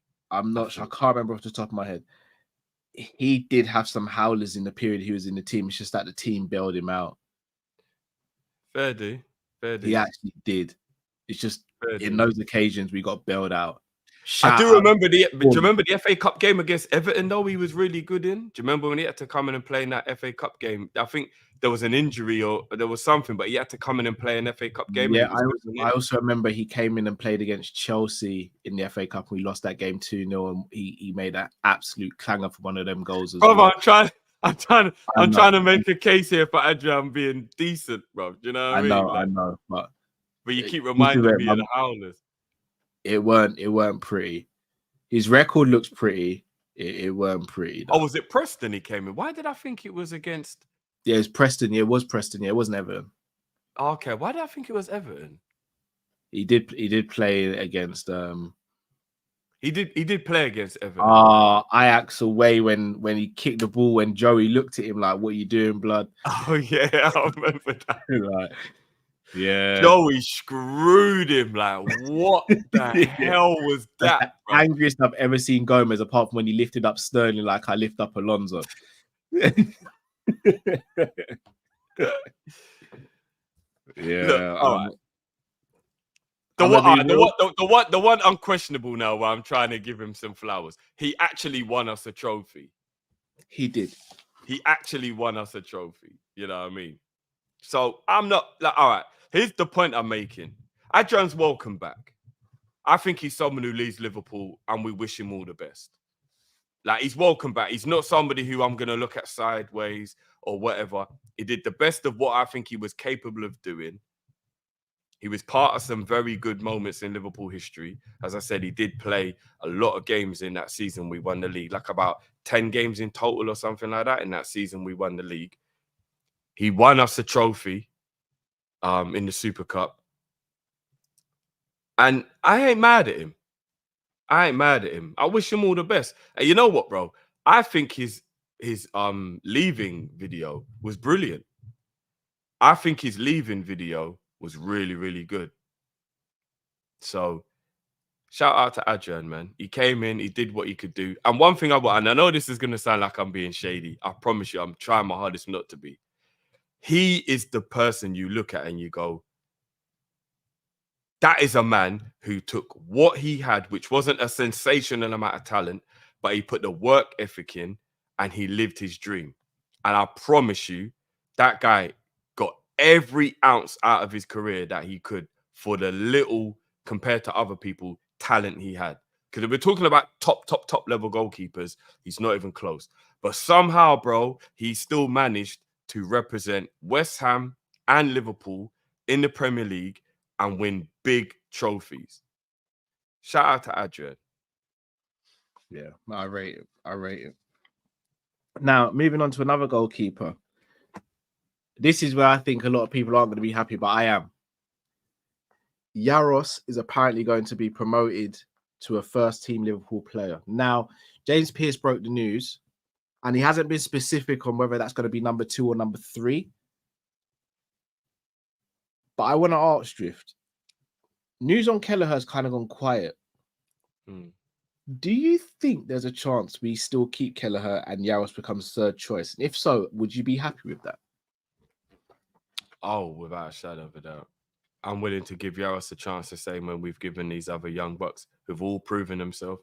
I don't think we've had a youth player let us down yet. Long may that continue. And bro, Kelleher's the best number 2 in the league. If we keep Kelleher, that's one of the biggest W's of the summer. Honestly, if we keep Kelleher, that is one of the biggest W's of the summer. One of my biggest fears, bro. Can I be honest with you? You're probably gonna get mad at me. Please don't be mad at me for this, bro. Just hear me out. I would rather Liverpool kept Kelleher than bought a right winger. I think it's more important to the team that we keep Kelleher than it is to improve right wing. Okay, it's your opinion. I know you're not happy with me. Hey, it's your opinion, bro. No, but bro, we've all had these discussions about the fact Alisson can miss games. We do have these slight worries. Bro, we need to know we have a goalkeeper, which at the moment we do. That means it's okay if that happens. I mean, it's very important, bro, that we keep Kelleher. Okay, and that's your opinion. It is very... unless they go and buy a bad boy, but we're not going to do that. We're not going to do that. The fuck is that?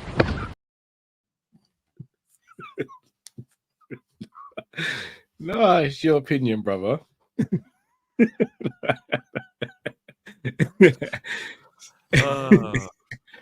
Oh no, keeping on, bro. If Ali, God forbid, Ali gets an injury, you lot will see the method to my madness. No, I completely agree in terms of Kelleher. But remember, I'm Kelleher's biggest fan. Like, I've wanted to keep, and for that particular reason, because I know Ali does get injuries. But I've also said having 2 homegrown keepers out of the 3 Having 3 out of the 3 is perfect, but we live in a world where Jordan Pickford's England's #1 goalkeeper, so that ain't happening for years. Having 2 homegrown goalkeepers out of the 3 for me is just it's magic, because it saves you space in the squad and it allows you to be less restricted. But that's Like, based on the fact that I'll be honest, my homegrown plan is starting to take shape, Drift. I'm not even going to lie to you. Behind the scenes, if Jaros and Kelleher are the 2 backup goalkeepers at Alisson, that's 2 already. Trent and Gomez, Curtis Jones, 5. Owen Beck, 6. Bro, it's if you're not careful, people are going to think that you voted Brexit. If you're not careful, bro, I know. Then we're going to start calling you Callum Farage, bro. But that's 6. Kwanzaa, Bradley. Bro, I'm almost at my 8, bro. I hear that, bro. I hear that. I'm all for it, bro. I'm all for it. Elliot next season's going to be homegrown. I'm all for it, bro. I'm all for it. Baby. I'm all for it, bro. Oh, it could be sweet. Tyler Morton's still on the books at the moment. Tyler Morton's in training, looking kind of all right as well. I'm just saying. Bro, did you look at the way when him and Slot were in the... I think he's going to give Morton a chance, bro. It was real recognized, real drift. I think Slot is going to give it... Do you know what? The best thing that could happen for people like Morton is that right now Slot's got their man there with nobody else. So he's actually able to concentrate on them. And if they can shine through during this time, when the others come back, he won't forget them. If everyone had come back at the same time, they might have got lost in the sauce. Do you get what I'm saying? But he's got their man there now, right now. I see him talking to Besetic. I see him talking to more one-on-ones. He's like, okay. I think that's why Sep's gonna be kept. Come close to the camera. Come close. Even if everyone's there, Morton still stands out, brother. Yeah. Oh, we're doing that, are we? Okay. All right. I ain't talking about trademark, bro. All right. Told you, Morton's the guy. He's the truth. I tell you what I like. When I looked at Morton in training, when I looked at Besetic in training, they've got a bit more height to them. They're starting to get a bit more of that manliness about. They're not kids anymore. Do you know what I'm saying? They're starting to look a little bit more like they can handle men's football now. Do you know what I mean? Like they're putting on. You remember like Trent, when Trent put on that weight and then he wasn't a little scrawny kid anymore. He started to become a man. I'm looking at Morton and Besetic and I'm like, okay, they're starting to become men a bit more now. Do you know what I mean? Which is always good. So this is a bit harsh, Tron. That's a bit harsh, bro. Yeah, that's a bit mad. That's a bit mad. Harsh, I think my judge only works for players that I want to sign. Like, I don't think it works for current players. Like, unless it's Carvalho's going to be able to impress the manager. He's going to be. Carvalho's going to get a chance on the slot, bro. He's got none of the other players around now while he's there with Slot, and it's just them. Like he could impress, bro. He could. You never know, bro.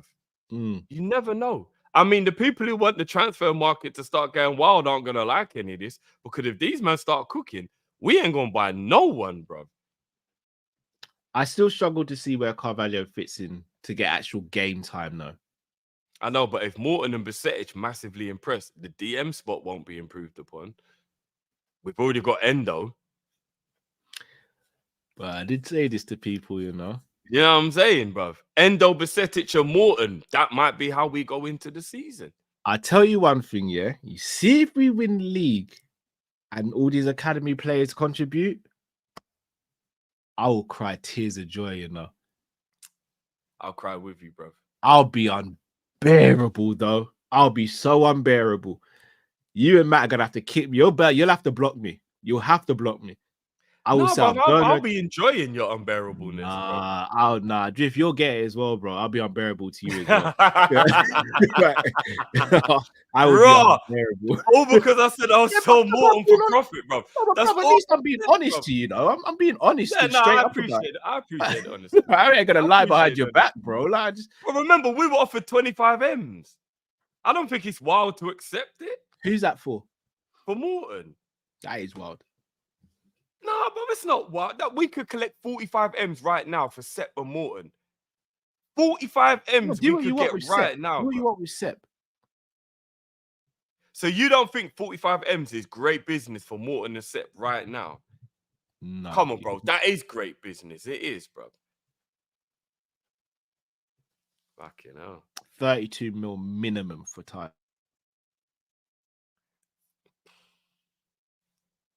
You know, shit. I think we've lost Cal. I think we've lost him. When he comes back round, I'll ask him. 25 plus a buyback. 32 mil minimum. What about 25 plus a buyback? Ram saying 25 plus a buyback, bro. Minimum for Tyler Morton. 32 M's plus a buyback and a sell-on. Light work. It's a trademark, bro. Hey, you know, Musa's made a good point, bro. We paid 35 for McAllister, so you're thinking that he's going into the McAllister bracket, bro. No, but let's be real. McAllister wasn't worth 35. Julian Ward spoke to Michael Edwards and someone got shook up. Let's be real. If anyone sits there and thinks McAllister was actually worth 35 mil, then you're crazy. McAllister,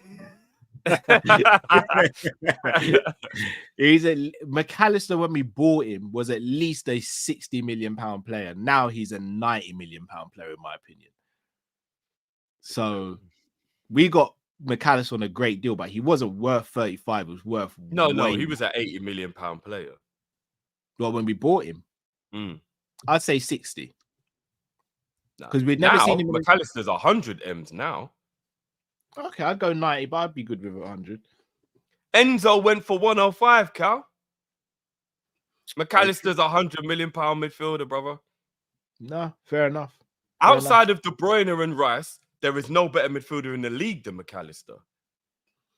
Rodri, De Bruyne, and Rice. They're the only midfielders that are better than McAllister. And Bernardo. De Bruyne's on the way out. Bernardo. I don't know if I call. He's like a hybrid. He's like a midfielder and an attacker. He's a bit of a hybrid. Bernardo's bad. I don't like the guy. Odegaard is. I mean, we got. No, I hear you, but he's like a hybrid though.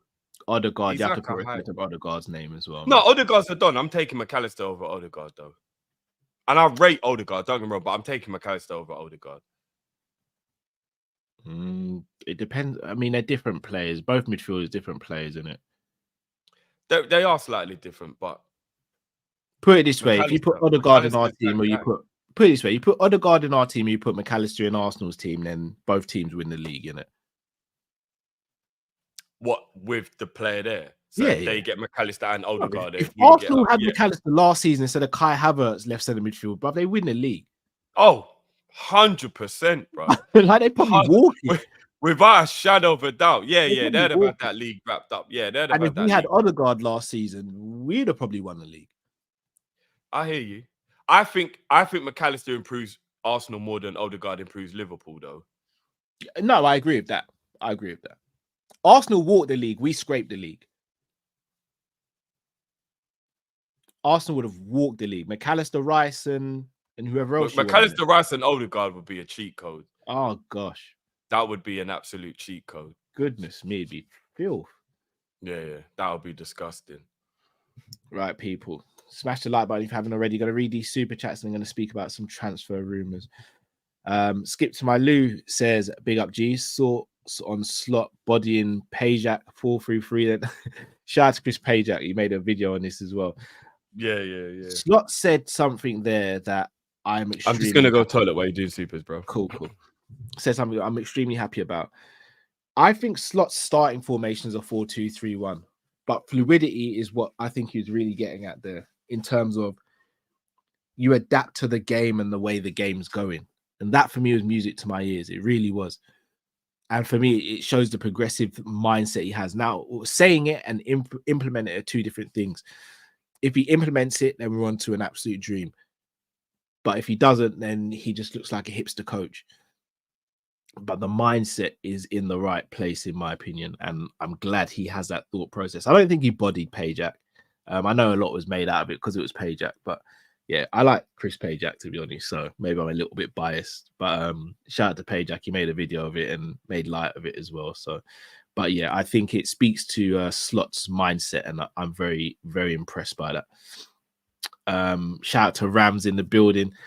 Who was the bigger what could have been, us not signing Laudrup in 1984, us signing not signing David Villa, that is, in 2006, or Thiago staying fit? Laudrup in 84. Are you sure that was a 94, bro? Laudrup. I'm pretty sure Laudrup was 94, bro. And if it was 94, I'd have been too young to remember, if I'm going to be honest. I would have no recollection of that. I'm probably biased because David Villa is probably maybe top 7 favorite strikers of mine, of my lifetime. David Villa, I'm not just saying this because Laudrup was 84. If it was 84, bro, that was well before I was born. So I would have had no idea. But obviously I know Laudrup was a baller. I wouldn't have known the impact and all that at the time, brother. So I can't say. David Villa for me was better than Torres, even in Torres' peak. And that for me is saying a lot, because Torres at his peak was phenomenal. I just thought David Villa just had a little bit extra to his game. If we had David Villa and Fernando Torres, and let's not forget, Benitez one did David Silva as well, with Gerrard and Mascherano and Alonso, it would have been an absolute joke what we would have done to the league. Like, we would have absolutely just ramshacked the league. It wouldn't even have been close. David Villa was so good. I think people sleep on how good David Villa was. He could score goals with right foot, left foot, all types of finishes as well. The only thing I'd say Torres definitely had over David Villa was, well, not only thing actually, was pace, strength, and aerial ability. In the air, Torres was another level compared to David Villa. I mean, even pace wasn't that much of a landslide, but strength, Torres way stronger than David Villa. But ball retention, technique, and free kick taker, every creativity, that was David Villa, man. David Villa and Torres in the same club team, and then same at Spain as well. Oh, it would have been a cheat code. It would have been an absolute cheat code. Fantastic striker. Absolutely fantastic striker. So for me, I'd go David Villa. Big up to H says, Thiago is one of the best players I've seen play for us. World class. Often quality when he played. Barely did, unfortunately. Just wish he never met Matty Judge. Shake my head. Big up, Matt. Cat Sunday says, Adrian vid was better than certain ex-captain who left and can't seem to get in the squad without putting up a fuss. Oh, Cat Sunday. Say the name, Cat Sunday. Say the name. But yeah, no, that was a very heartfelt video by Adrian, and again, gets full respect. TK says, say it with chest, HG gang money, HG, all day, every day. Paul A says, thoughts on Slot's formation, answer on Friday. Yeah, just to double back on that, Paul, bro, over the moon with it. I think we'll have a starting formation. There we go, Cat Sunday. Yes, Henderson. We knew. Yeah, I love the mindset. I love the fact that he's willing to be fluid with his approach to games and tactics and formation. It's just implementing it is going to be very difficult, and that's where we have to see whether he can implement it, and also whether the players can implement it as well. See where they go from there. So yeah, be interesting to see. Right, let's hit up some transfer rumors. Adeyemi. What are you saying, Drew? You look like he smelt something bad, bro.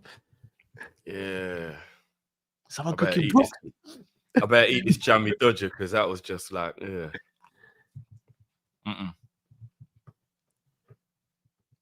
All right, hear me out here. I'm in mourning because of Elise going to Bayern Munich, innit? I also know we can't get Kudus this summer.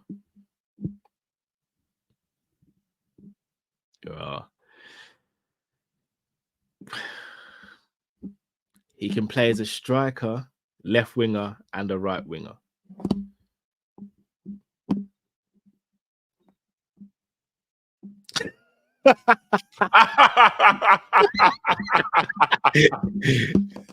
No, that is harsh, man. Man said, no, don't hear him out. It's just a no. All right. I'm going to pull up his stats. Eesh. But apparently he only got 3 goals last season. I don't know. Let me look at his RB Salzburg stuff first. Let me. No, you've got like TK's just using the straight Callum slang. It's a no from me. It's a no from me. All right, hear me out here. 2021, he got 7 goals and 7 assists in 29 games. The following season, he got 19 goals and 5 assists for RB Salzburg. Then in 24 games for Bayern Munich, he got 6 goals and 5 assists. And then last season, he got 3 goals and 1 assist. So he's had 2 good and 2 bad. I don't think the 6 and 5 is a bad season. Bear in mind, he is only 22. Yeah, but 11 goal contributions isn't high, is it? No, 11 goal contributions in 24 games at the age of all what, right, it's 1 in 2. I'll give you that. It's 1 at the in age 2. of 20. I don't think it's terrible. At 20 years old, I don't think that's it ain't bad. terrible. It just ain't Liverpool level. That's the only thing. So I you know what? Do you know what it is about him, bro? I just think he's quite one-dimensional. I hear that, but here's where my bigger picture vision is.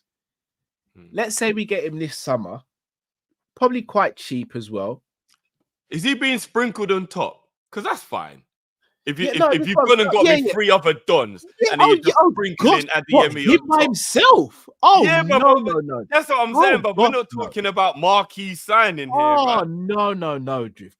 Come on, man. Don't do me a disservice like that. He'd be one of 3 coming in, 1 of 3 or 1 of 4. Okay, yeah. He comes in and he effectively covers the whole front line. Yeah. And then if he's good and Salah moves on or Salah declines, then he becomes a starter. If not, and Salah moves on and declines, and then he stays the backup and we bring in someone else better.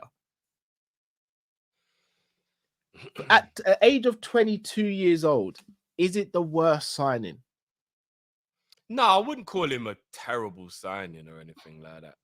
I just, to quote Cal again, it doesn't move me. it doesn't move me, bro. I'd rather promote Kai Gordon, real talk. Because it will save you 20 million and plus wages, you know what I mean? That's fair. I hope he proves me wrong. He's a young buck. I hope he goes on to have a good career, but yeah, not for me. Okay. João Gomez from Wolves. Centre midfielder. We could have actually signed him before he went to Wolves for quite cheap. Decided against it. How do you feel about it? Doesn't move me. It's another one of my sound bites. Yeah. You're gonna become legendary with these sound bites. Yeah, no, it doesn't move me. Doesn't move me, bro. Doesn't move me at all. I'm like an oak tree in a storm. Can't be moved, bro. Let me ask you a question. It's for everyone as well.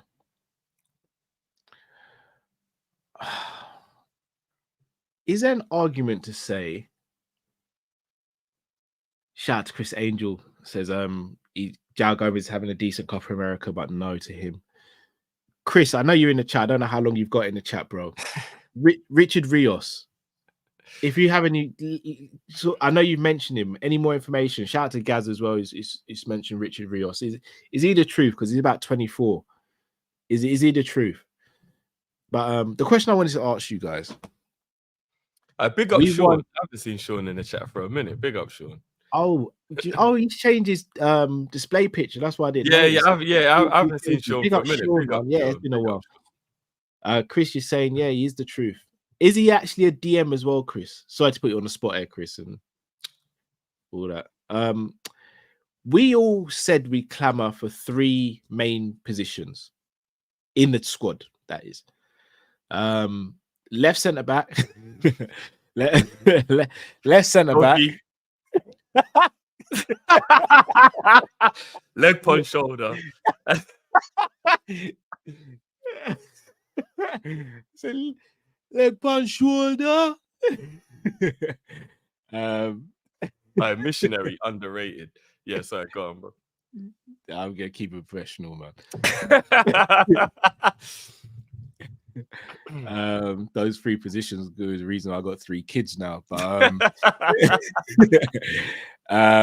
we all want a left centre back or a left-footed left centre back, a DM, and a right winger. Those, I think, are the 3 positions we've all universally agreed on, right? Yeah, without a doubt, 100%. If Calafiori goes to Arsenal, which it seems like it's happening, which again I won't dwell on. Elise is going to Bayern, or has gone to Bayern Munich, and it looks as though Kudos is going to be staying. And DM, there's no real standout name that anyone has. Then I ask, is it worth just getting someone in just to fill the position, or is it better to wait a year and see if the market improves? Is this Cal asking this question? I'm asking the question, Drew. Mr. Greedy, is this Cal asking if we should wait? Yeah. So, Cal, what you're telling me is I've gone to Tesco. They have the Terran share in stock. But I'm going to come back next week. I'm going to walk away and I'm going to come back next week. And it's right there, bro. It's right there. I know, but I wanted a hot dessert, though. But you can get both.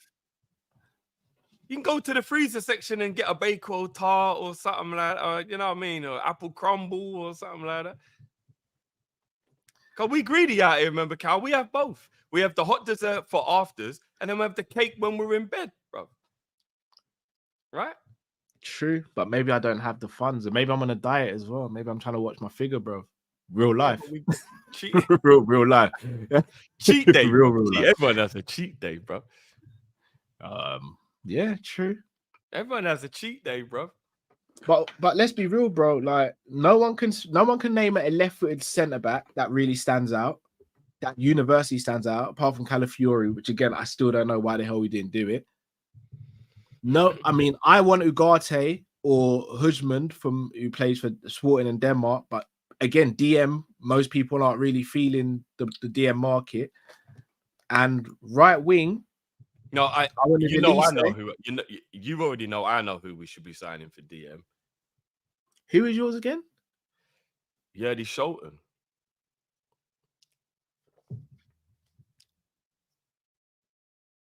Ah, shit! Have we lost Cal again? I think we've lost Cal again. The gremlins are in the system. I'll save the conversation for when he comes back, guys.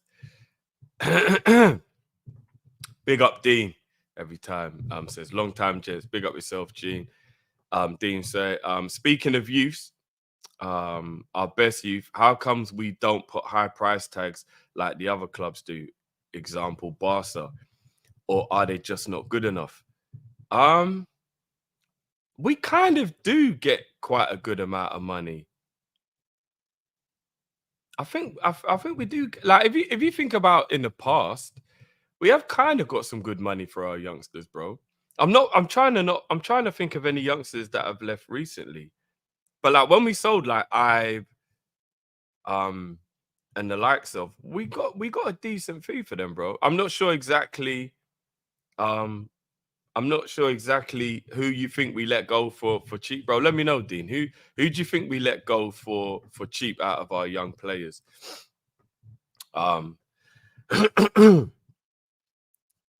Big up Ram. Yeah, man. I'm telling you, I've been I'm a strong. I'm a very strong advocate for not getting too carried away with tournament football. Like 100%. Like I don't think you could get too. I don't think you should get too carried away with tournament football. But I've done research on the kid. You know, I've watched him in the tournament, and I'm telling you, Cal. You see, Yerdy Sholton. While we just wait for Besetic, because I think we can all be in agreement that within about 2 years' time, Besetic should be the one who's ready to be the guy, right? 2 months, but cool. Right, that quick, yeah. I'm telling you, Yerdy Sholton at 27 years old will be the perfect signing to allow it to be the right age profile for him. But then by the time he's like 29 and you know, maybe slowing down a little bit, Besetic is ready to become that guy.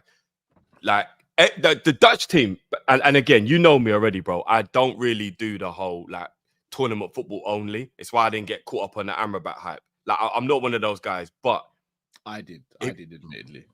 If you look at the way Holland went into this tournament, right? They went into this tournament and they were missing Koop Miners, they're missing Weefa, and they're missing De Jong.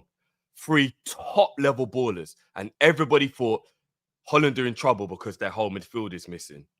And the way Reinders and Sholton have absolutely bossed up midfield in this tournament, it's nothing short of exemplary. And I'm looking at, like, I'm telling you, the Sholton kid, bro, I'm telling you, bro, he would be an excellent signing, bro. He don't move me, Drew. Believe me, but I know he doesn't, but he will eventually. He'd be a brilliant signing, bro. And I've been making that signing with the view that Besetic becomes the guy in a year or 2 time. Not like he comes in and he's like, for the next 5 years, he's our DM. Just giving that 2 years for Besetic to become the guy. This is my statement I've kind of held, bro. Like, the only difficult opposition, in my opinion, Netherlands have had that. That's what I'm saying. And he was exemplary in that game. He was brilliant in that game. But it don't move me. Look, I think he's a wicked player. He's a wicked little player, man. I rate him. I like him, man. And remember, he played in Italy as well before. He's not just, you know, a lot of people say, oh, but the Dutch league. No, he played well in Italy as well. That's what got him his move to PSV. He just won the league with PSV. He's a good player, man. I'm telling you. And the price tag, Cal, we could probably get him for about 25 M's, 30. Bro, I'm telling you, man, he's good. I know Liverpool aren't even going to remotely look at him. I'm just hoping with Slot being Dutch and keeping an eye on the Dutch team, that I can put this in the atmosphere. I'd be over the moon with him. Be like Ram. I don't want to put you on blast, but Ram might be right here, bro.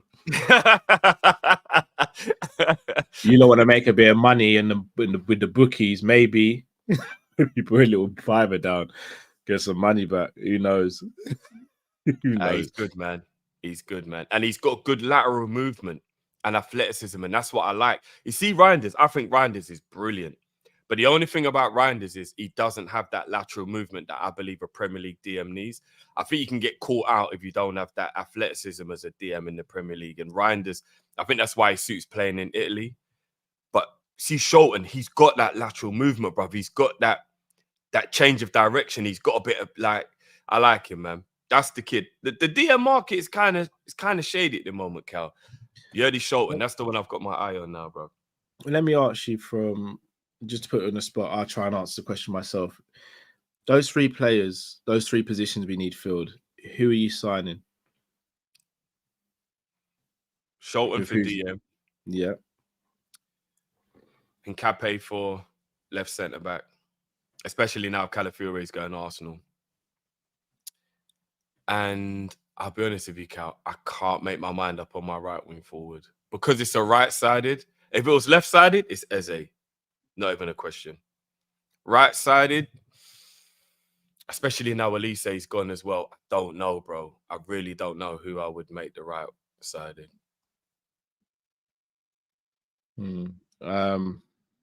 Left centre back, I actually don't know who I'd go for now. Oh, what, you're just completely in the lurch now? Yeah, Calafiori was the one for me. Should we be trying to steal that?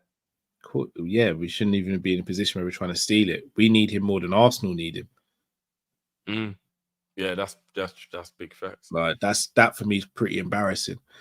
Ugarte or Hudgman for DM. He's still on the Ugarte, even though he's having a bad tournament off of the back of a bad season. Apparently, I don't want to upset you in case you don't know this, but Man United are very heavily chasing Ugarte. I don't know. I know, dude. No, this is my life. I wanted Xerxes as well. This is my life, though. I know. Bro, no, let them have him, bro. I'm telling you, bro. Ugarte's looking a little suspect, bro.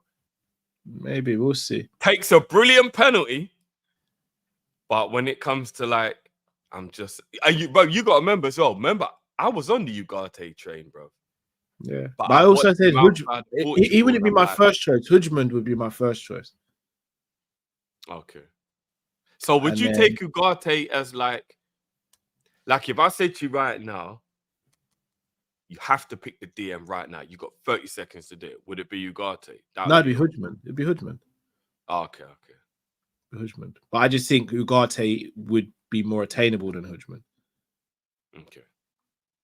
And then for right wing, no. Oh, hold on. Cal, my date says that 8th of the 7th, 2024, fam. What?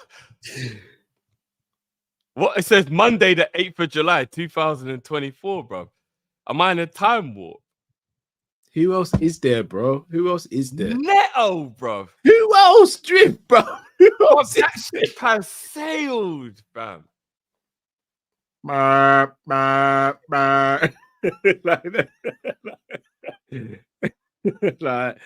who else is there, Drift?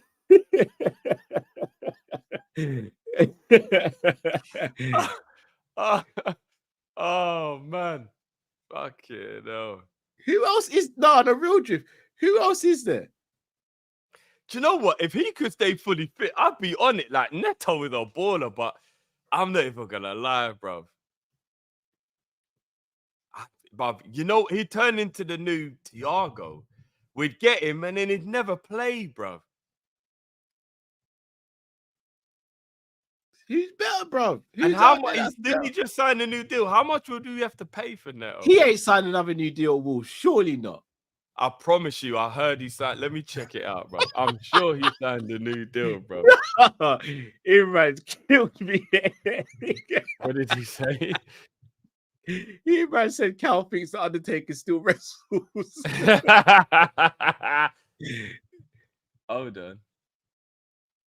Where's his contract? Fam, I was right. His contract doesn't expire until 27. He signed a new deal last year. We could get him. We have a good relationship. 2027, bruv. Yeah, we've got a good He's relationship. got 3 years left on his deal, bruv. You'd have to pay a hefty fee for him, bruv. I don't think so. I think we got a good relationship with Wolves and George Mendes. Oh, so they're just going to let us have one of their best players, yeah? Not let us have it. We still have to pay, but I don't think it'll be extortionate. 50 M's minimum. 40. No, they're not letting Neto go for 40, bro. Yeah. Close and Sal. Oh, look. Shabazz is saying he's actually seen they're asking for 60, bro. Yeah, they're asking for 60 from other teams, not us.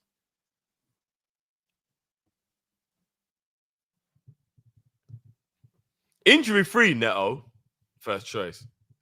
I agree with you 100%. But Arda Güler was the one we should have bought last summer, and I kept on saying it. Now everyone sees it. He's at Real Madrid, bro. That's done. Oh, no, I said last season. We should have got him before we went to Real Madrid. He went 17 mil, I think he cost Real Madrid. Is that all they paid for him? Yes, I kept on saying it. No one listens to me, you know. No one listens to me until it's too late. Fuck it, no. Actually, are you like? I gotta see that. Is that true? Is that what they paid for him? Yeah, it's cheap. Hold on. How much is that real?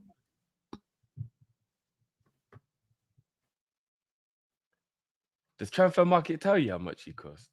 Yeah. Where is it? He's only valued at 30 M's at the moment, though.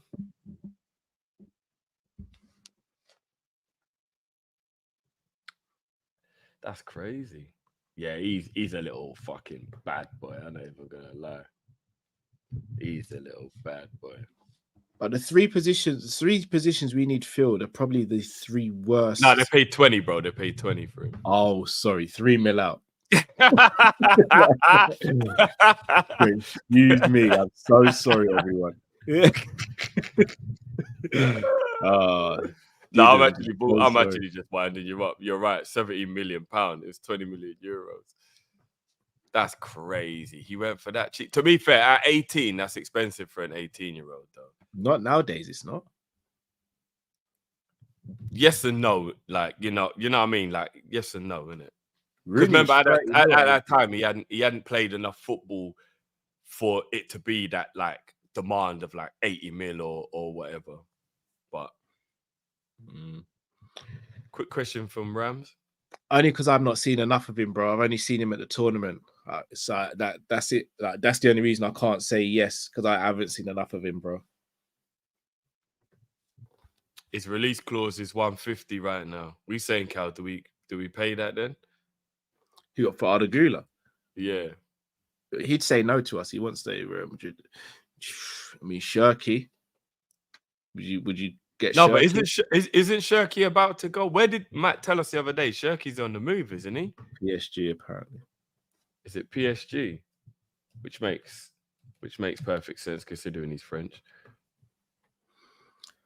So who do we go and get? This is my ox. Shirky is mean mugging in his profile picture. Fuck yeah, no, bro. Proper mean mugging. Like, he's got a little bit of that. Dortmund. Sorry, Dortmund was the other team as well linked to him. With Shirky. At the moment, it doesn't look like anybody's. Oh no, Arsenal, bro. I'm not Shirky. Yeah, but apparently 90 million.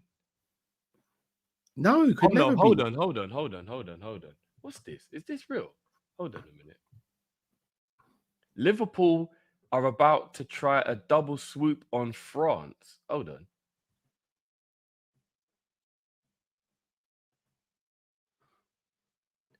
This might be bullshit.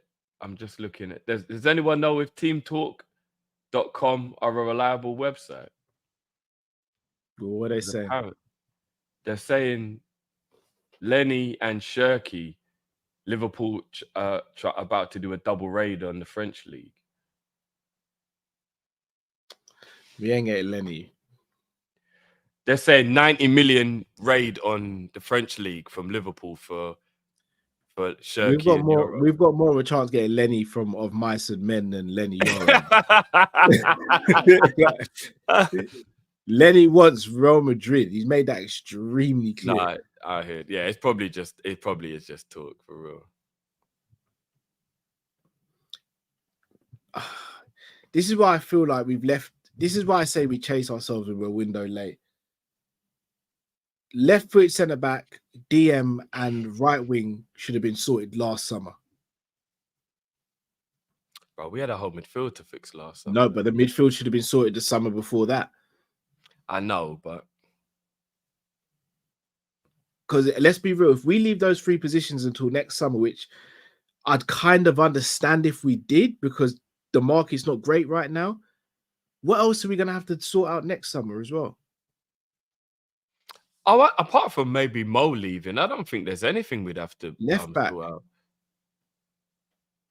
No, but we would be addressing that, as you said. If we bought a left-sided centre-back who can also play left-back, that would be us addressing that. I don't think there's any other holes in the team. No, I'll be real with you. I want a left-footed centre-back so Virgil can play right centre-back. Shout out to Ghost. You know what? I need my flowers for that one, because you lot all grilled me when I said Virgil playing right centre-back. I got told he wasn't capable. I'm being stupid. No. About a year ago, I said, guys, what if we move Virgil over to right centre-back so we help Trent? And everybody told me, no, Virgil can't play right centre-back. Not me and Matt. We just said that Klopp wouldn't. Bro. No, we just said Klopp wouldn't do it. We just said Klopp wouldn't do it. Bro, everybody shot me down and said, And no, at the that time, was we a didn't have stupid who else idea. would play on the left, bro? Who would play on the left-hand side? Ibu could have played at the left, on the Nah, left Ibu side, on the bro. left is stinky, bro. No, bro, Ibu's played left, bro. When he played with Joey and Joey played right and Ibu played, he was No, fine, Joey bro. plays left when them two play. The only person Ibu plays left when he plays with that person is Matip. Plus, now we've got Konza that can play left side now, bro. I said move Virgil to right, and I got put down, bro. No, but you wanted Virgil. I got rushed for that, bro. All right, well, I'll ask you a question. Could Virgil do what Konate does? No, but remember, we wouldn't have done it in that way, though. That was Yes, my point. We would've, wouldn't have done no. It would have just been a free at the back when he moved forward, and Virgil on the right side of the free would be okay. No, bro. Virgil doing the Konate role of right back and centre back would have. And the crazy thing is, this conversation was before we inverted. No, it could never. It was a traditional 4. It was a traditional 4. It was before we converted, and it was a traditional 4. And I was just saying, to give Trent help, why don't we move Virgil over to right side centre back? Because people clearly think they can target Trent. So if we put Virgil on the right side, this is before we inverted, bro. It's all right, man. They called Einstein a madman, you know. It's all right, bro. If we were getting Calafiori, it would be Virgil and Calafiori as my starting centre back partnership. Shout out to Liverpool 12th, man. What, you mean you would actually drop Ibu straight out? I'm not dropping, I'm rotating. I want to make that very clear because Matt might be listening to this. I'm rotating. I'm rotating.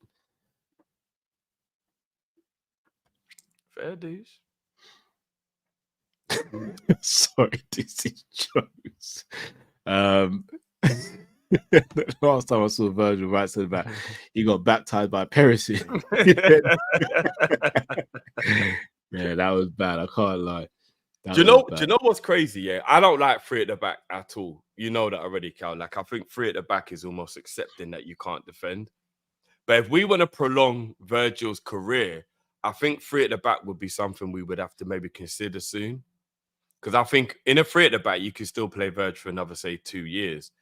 In a back 4, it could be a little techie.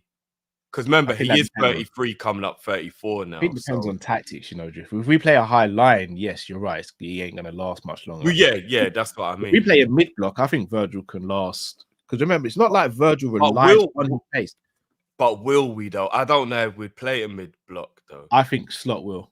I don't think he'll play a high line like we did. Remember, he's very aggressive in the press, bro.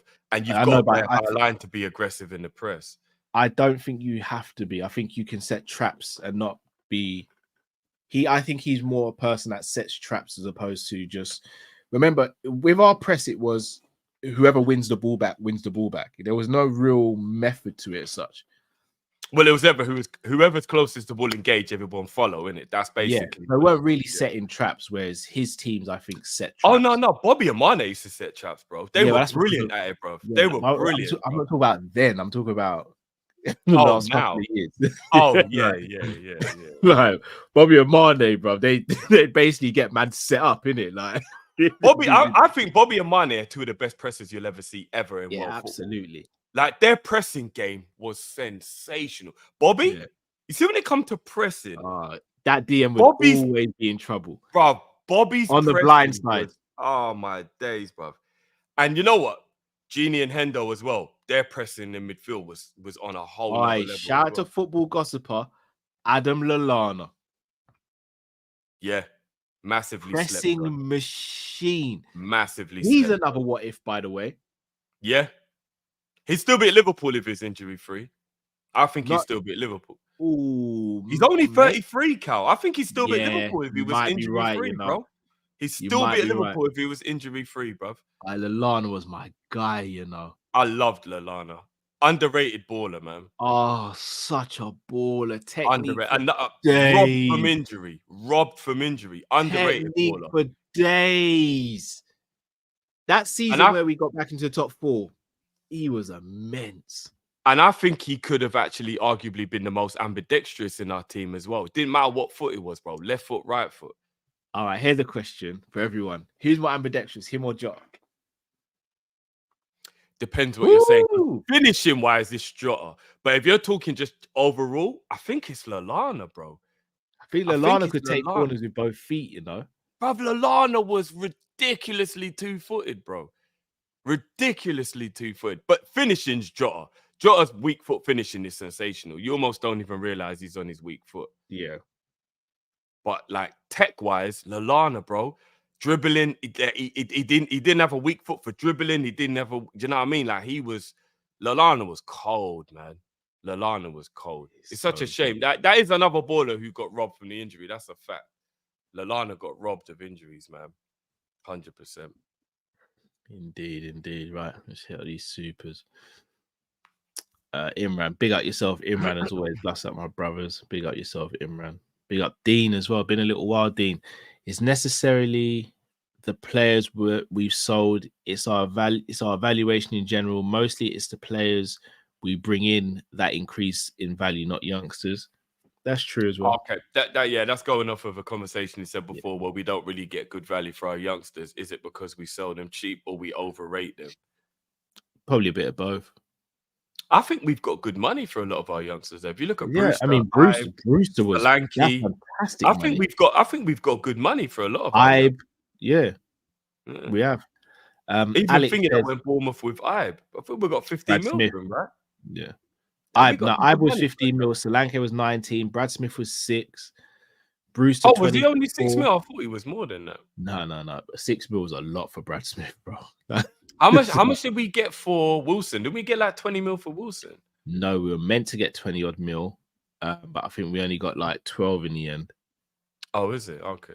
So we were going to sell, if Bournemouth stayed up, we were going to send him to Bournemouth for I think 23 mil, but they got relegated and we ended up selling him, I think, the following season for 11 or 12.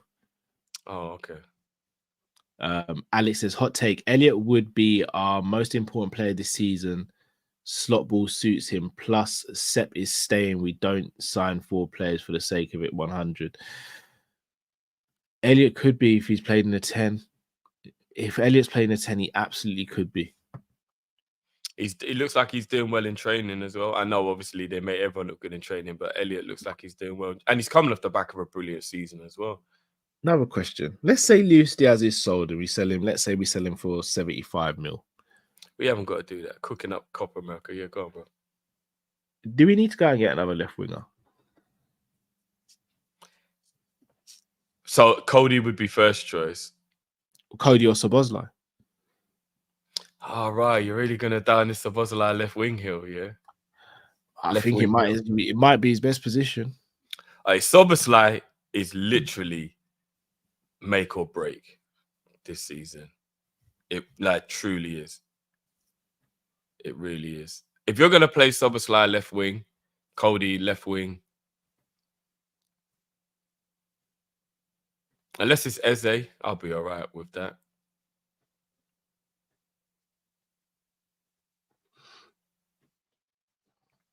We need a right winger. I just don't know who now.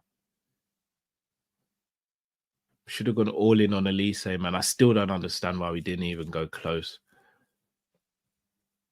I'm not sure. Oh, yeah, I don't know. Monkey King says Rio, time's ticking. Yeah, it looks to be a great prospect, the kid, man. M-Tar Mizzy, big up M-Tar Mizzy says, only thing I want right now is a Cadbury Biscoff. Yeah, that combination is gonna be fire. Oh, jeez. Russell, who is Sula? The name sounds familiar. Have we seen him in the tournament? Sula, yeah, I'm not sure. He's a 21-year-old. He's got 11 goals. Where's he play, Sula? He's Argentinian. Plays for Juve. Oh, we're not going to get him then. Juventus won't sell him. They might not have a choice. Has he been playing well in the tournament? Because I haven't watched any Argentina games in the tournament. Has he played well in the tournament? I've not seen him play, in all honesty. To be fair, considering he's a right winger, maybe Russell's got a point. Oh, they want to sell him. A couple of people are saying they want to sell him. Ram's saying he's a very skillful winger, but still raw. I'll take him then. If he's only 21 and his market value is only 25 mil, we could get him for 25 mil. I don't know much about him, but if he is good, then I'm not gonna lie, obviously can't go off YouTube highlights. He looks techie. Does he look good? I'll give him a look and see how techie, good bro. If he plays for Juve, he can't be a crap player. He looks techie. I'll check him out. Hugo saying he needs another step before LFC. Do you know what? Shout out to Lakers again. We were speaking about this, and I think me and Jamie have spoken about this in the past as well.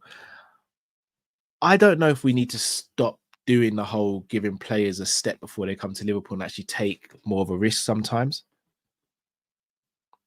Because a lot of the times these players go to a club and then we get priced out of a move. I'd rather take the risk on a player and spend 8 or 9 mil than give it a year and then they cost 60, 70 mil. That's just me personally.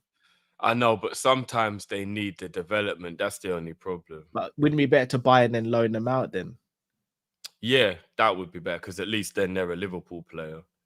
But then you don't want them to end up like my boy that we bought, who I still think we should have given more of a chance. Klopp's first signing. What's his name again? Grujic. We bought him, loaned him out, and then he just kept getting loaned out and loaned out. That was weird to me though, because I don't understand why he never got a chance. Yeah, neither do I. Every preseason he looked really good, and then we just loaned him out again. Never made sense to me. I really don't know why we never gave Grujic a chance, you know? Me neither. I really don't know. Grujic was good, man. I remember he played really well for Porto as well. He was good, man. I like Grujic. Yeah. Shout out to Liverpool 12th man. The reason I don't mention Kubo is because I know he signed a new deal in January, if I'm not mistaken. So I'm just like, another player I wanted and signed a new deal. Hooray. I just don't think Liverpool want me to be happy. You know what? Keanu's got a good point here. Buy players like that and then let them go to Salzburg with Linders so he can develop them and then bring them back when they're ready. It's almost like we can use Linders as like a feeder thing now. Do you know what I'm saying? Yeah, it's a shout. Alex says Lana was a South American and British body of facts. Yeah, that's facts. Ernest Nuama plays in France. I can't remember what team. Seen a little bit of him. He seems a bit of a pace and power person. So I don't know. I don't know anything about Ernest. Yeah. Yeah. Drift, we're going to wrap up here. Anything you want to say to the people before we take them out? No, man, just love.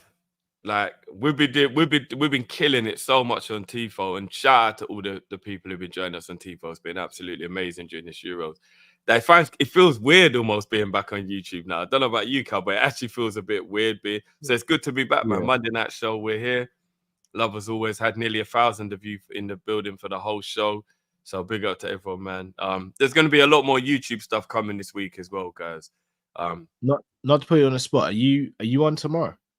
Yeah. I'm doing the France. Okay. Spain yeah, game go on. tomorrow. Tell the people, bro. So yeah, man. So people, come and join me tomorrow if you haven't already. Let me actually put the link up on the chat right now. So guys, if you can see right now, scrolling, Tifo, big up everyone. Tifo gang in the building, gift gang in the building. I see Yards. I see you, brother. We've been having so much fun. Sean, I know Sean's been rocking with me as well. It's been brilliant, man. I've really, really enjoyed the Euros, and it's due to you guys who've been joining me and Tifo, who is our new partner for the watch along for the upcoming season, guys. But we've been doing the Euros, and there's so much more to come from Tifo as well. Next season is going to be a blot. You lot are going to love what we're going to be bringing you lot. But we've got 3 more games left of the Euros. We've got the 2 semi-finals and then the finals. I'm also going to be doing the Colombia, Uruguay, Liverpool versus Liverpool semi-final as well in the Copa America. Shout out Diaz and Nunes. Meme gang in the building, gift gang in the building. So yeah, guys, Actually, let me just put the link in the chat as well to make it a bit easier for people. So everyone who hasn't joined us already, guys, please do come and join us. We've been having a blast over on TIFO. Yeah, I'll be live tomorrow for the watch along. I'm really looking forward to it. There's a link in the chat, guys, to go over there to sign up. Really, really easy to sign up. Referral code is Drifty or Kop-Ish, either one, guys. And we'll be back on Wednesday as well for the England game, Holland-England. And I'm going to be torn, Cal, because I'm Dutch. So that England-Holland game's going to, like, my emotions are going to be all over the place. Yeah, I'm not in a rude way. I don't really have a horse in the race in it. I'm looking forward to the game because I actually think it could be a really good game. I stick by it. I still think England go through, and I think England win the tournament. But I think it'll be a good game. Look, the way it's been mad, the way they've been getting through this tournament so far. But yeah, either way, I think both games. No, sorry, John. I'm not actually Dutch. I'm not. I'm Dutch for the Euros. I'm Dutch for the Euros, and I feel Dutch. I feel Dutch. You know what I mean? Like I love the way Dutch people play football. I feel Dutch in that way. You know what I mean? And obviously, 2 out of my 3 favorite players of all time are Dutch, Bergkamp and Robben. So, like, you know what I mean? There's a big affiliation for me. Brazilian and Dutch. I grew up Brazilian and Dutch. Do you know what I mean? Like, none of this England business. You know what I mean? Like, you know what I mean? And Holland, fair play to them. Everyone kept on telling me, I like that, you know, Van Drift. I like that, you know. That's me, Van Drift. But yeah, yep, you know what, Freedom, you're right. Holland is predominantly light skin right now. It's all just falling into place. It's just all falling into place. What can I say? What can I say? But no, everyone told me the Dutch couldn't do it, and we've been doing it, and we've been killing it, and we're here. We're in the semi-final now. Right now, you know what I mean? I'm going to be torn because obviously I do want England to do well, like, generally speaking. But, like, I'm Dutch for this tournament, man. Me personally, I know a lot of English people are going to be very angry at me for saying this, but I think Holland versus Spain is a sensational rematch of 2010. Oh, yes, it is. A beautiful rematch of 2010. And this time, I hope that Holland can actually get the job done and Cody can bring back the fucking thing. And you know what's even more crazy, Cal? Colombia, Argentina, Uruguay, Holland, England, France. Bro, Spain and Canada are the only teams left in both tournaments that have no Liverpool representation. So the odds right now, bro, are saying a Liverpool player is bringing home a trophy. Maybe 2. Yeah. Maybe 2, bro. Because Uruguay are cooking and Colombia are looking smoky as well, bro. And Argentina, you can never count them out. We might have 2 players bringing home some trophies, bro. So, you know what I mean? It's looking good, bro. No, it's it is looking indeed. good. It is it's indeed. Looking good, bro. So people, you know where to go tomorrow night. TIFO, Drifty TV. Spain versus France, semi-final of the Euros. Also want to big up to Beijing Reds TV. They've been covering the Copa America as well. So make sure you go and follow them on their channel as well. Subscribe to their channel. Shout out to everyone who's joined us. We've got Kojo, Liverpool 12th man. They've got and you know what? And Jamie as well. Jamie Phillips. My Jamie's brother's been rocking with, bro. It's literally been the Drifty and Jamie show. Yeah, on brilliant. TIFO, guys. And Jamie will also be joining TIFO gang in the summer as well. Shout out to our brother Jamie. He'll be with me tomorrow for the Spain game as well. So make sure you go and show your love and support Jamie and subscribe to Jamie's channel if you haven't already. Jamie, when I tell you Jamie goes out of his way, Jamie holds you down on Drifty TV, holds me down on the Sanderson show, him and Luke, 100%. Like, so the amount of people, you know, when they say it takes community to raise a child, it takes a community to raise a community as well. So yeah, big up to you guys. And obviously 100%. We had Beijing Reds TV join us for the Jamaica game on TIFO as well. Yes. So yeah, big up to all of you. Man. Big up to all of you, man. If you haven't already, please do subscribe, smash that like button. Make sure your notifications are switched on as well so that you'll know when we go live. Probably won't be back on YouTube now for a couple of days because of the games, etc. But never know. Might have something coming out. Vince, you know what? Quite possibly. Stay tuned. We might be covering all the Great Britain games over on Tifo, on Kop-Ish Tifo. Yes. And I'm going to be honest with Great you. Britain got a Great Britain going to have a team. I'm sure they are, yeah. No, they don't usually. They only had a team because it was in London that time. Oh, is it? Okay, I hold don't on. think they have a team. You might be right. Hold on, let me check. I'm almost certain they don't have a team. Was it only because of, was that all it was, yeah? Yeah. I'll tell you what, Ram. When you do your channel, right. bro, You're actually you do right. cricket, bro, because we're still waiting on your channel, Ram. We're still waiting. No, Cal, you're actually right. You're a G. Yeah. Yeah, it's great. Yeah. For this year, they're not going to be represented. Yeah, that is a shame. That is a shame. But you know what? I'm still thinking on my channel, I'm probably going to be covering the big games like Brazil and all that stuff. So stay tuned, man. Stay tuned. Guys, the world is going to open up now. Tifo, we've got so much beautiful things coming. We don't want to talk too much, loose lips sink ships and all that, but there's so many features and so many cool things that are going to be coming. The watch-alongs are going to be so enjoyable for you guys during the new season. You know what? 100 meters. I'm really looking forward to the Olympics, actually. Yeah. Me and the missus love watching the Olympics. We watch the rugby, we watch the hockey, we get into it, like the swimming, we watch it all. Do you know what I mean? So I'm actually really looking forward to it. So yeah, man. The Olympics, it's going to be a blast, man. And obviously, stay right here, tuned to YouTube. We ain't going nowhere on YouTube as well. We're gonna have all the daily shows, the transfer stuff. You know what I mean? It's gonna be cool, man. 2024 going into 25, slots in. It should be cool, man. It should be cool. Facts. This is the year. Alex, just to answer your question. So it's a bit of a techie one for me with the whole England support thing, because the politics behind how they pick their team historically and the sort of the mistreatment of Liverpool fans and Liverpool players and Liverpool as a whole by England, I've not been a fan of. And then the last tournament, which obviously where the players missed penalties, kind of showed his ugly head. I wouldn't sit here and say I'm an England supporter. The players in the team, I always wish them well. I support Jamaica from an international standpoint. There's a lot around the England stuff that I'm not a fan of, but I never wish bad on them or anything. So I can't sit here and say I'm a supporter. And guys, the gaming thing I'm going to be getting back into, guys. Don't worry. Like, I'm going to get for all the Tifo gang who know, like, no, I won't be playing no horror games. It's been a hard slog and it's been a lot of hard work, but I'm definitely Cal, I'm going to get you involved. Not in a horror game, bro. We'll do the other game. Yeah, I'm going to get you involved, bro. I'm going to get you involved. But I'm not looking to wee myself on camera, bro. I haven't given up on the gaming as well, guys. I know my channel's been a little bit murky recently in terms of YouTube. But it's because I've been putting a lot of effort into Tifo. But don't get me wrong, I'll be back on YouTube soon as well with some of that, and I'm going to be dragging Cal through the horror stories. We're going to do it. We're going to be doing it. No, but sir. We'll be there with you, bro. We'll be there with you, bro.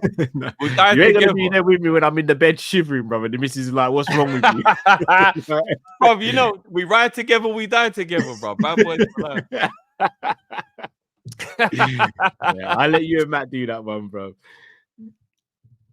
No, we got a lot coming, man. We got a lot coming.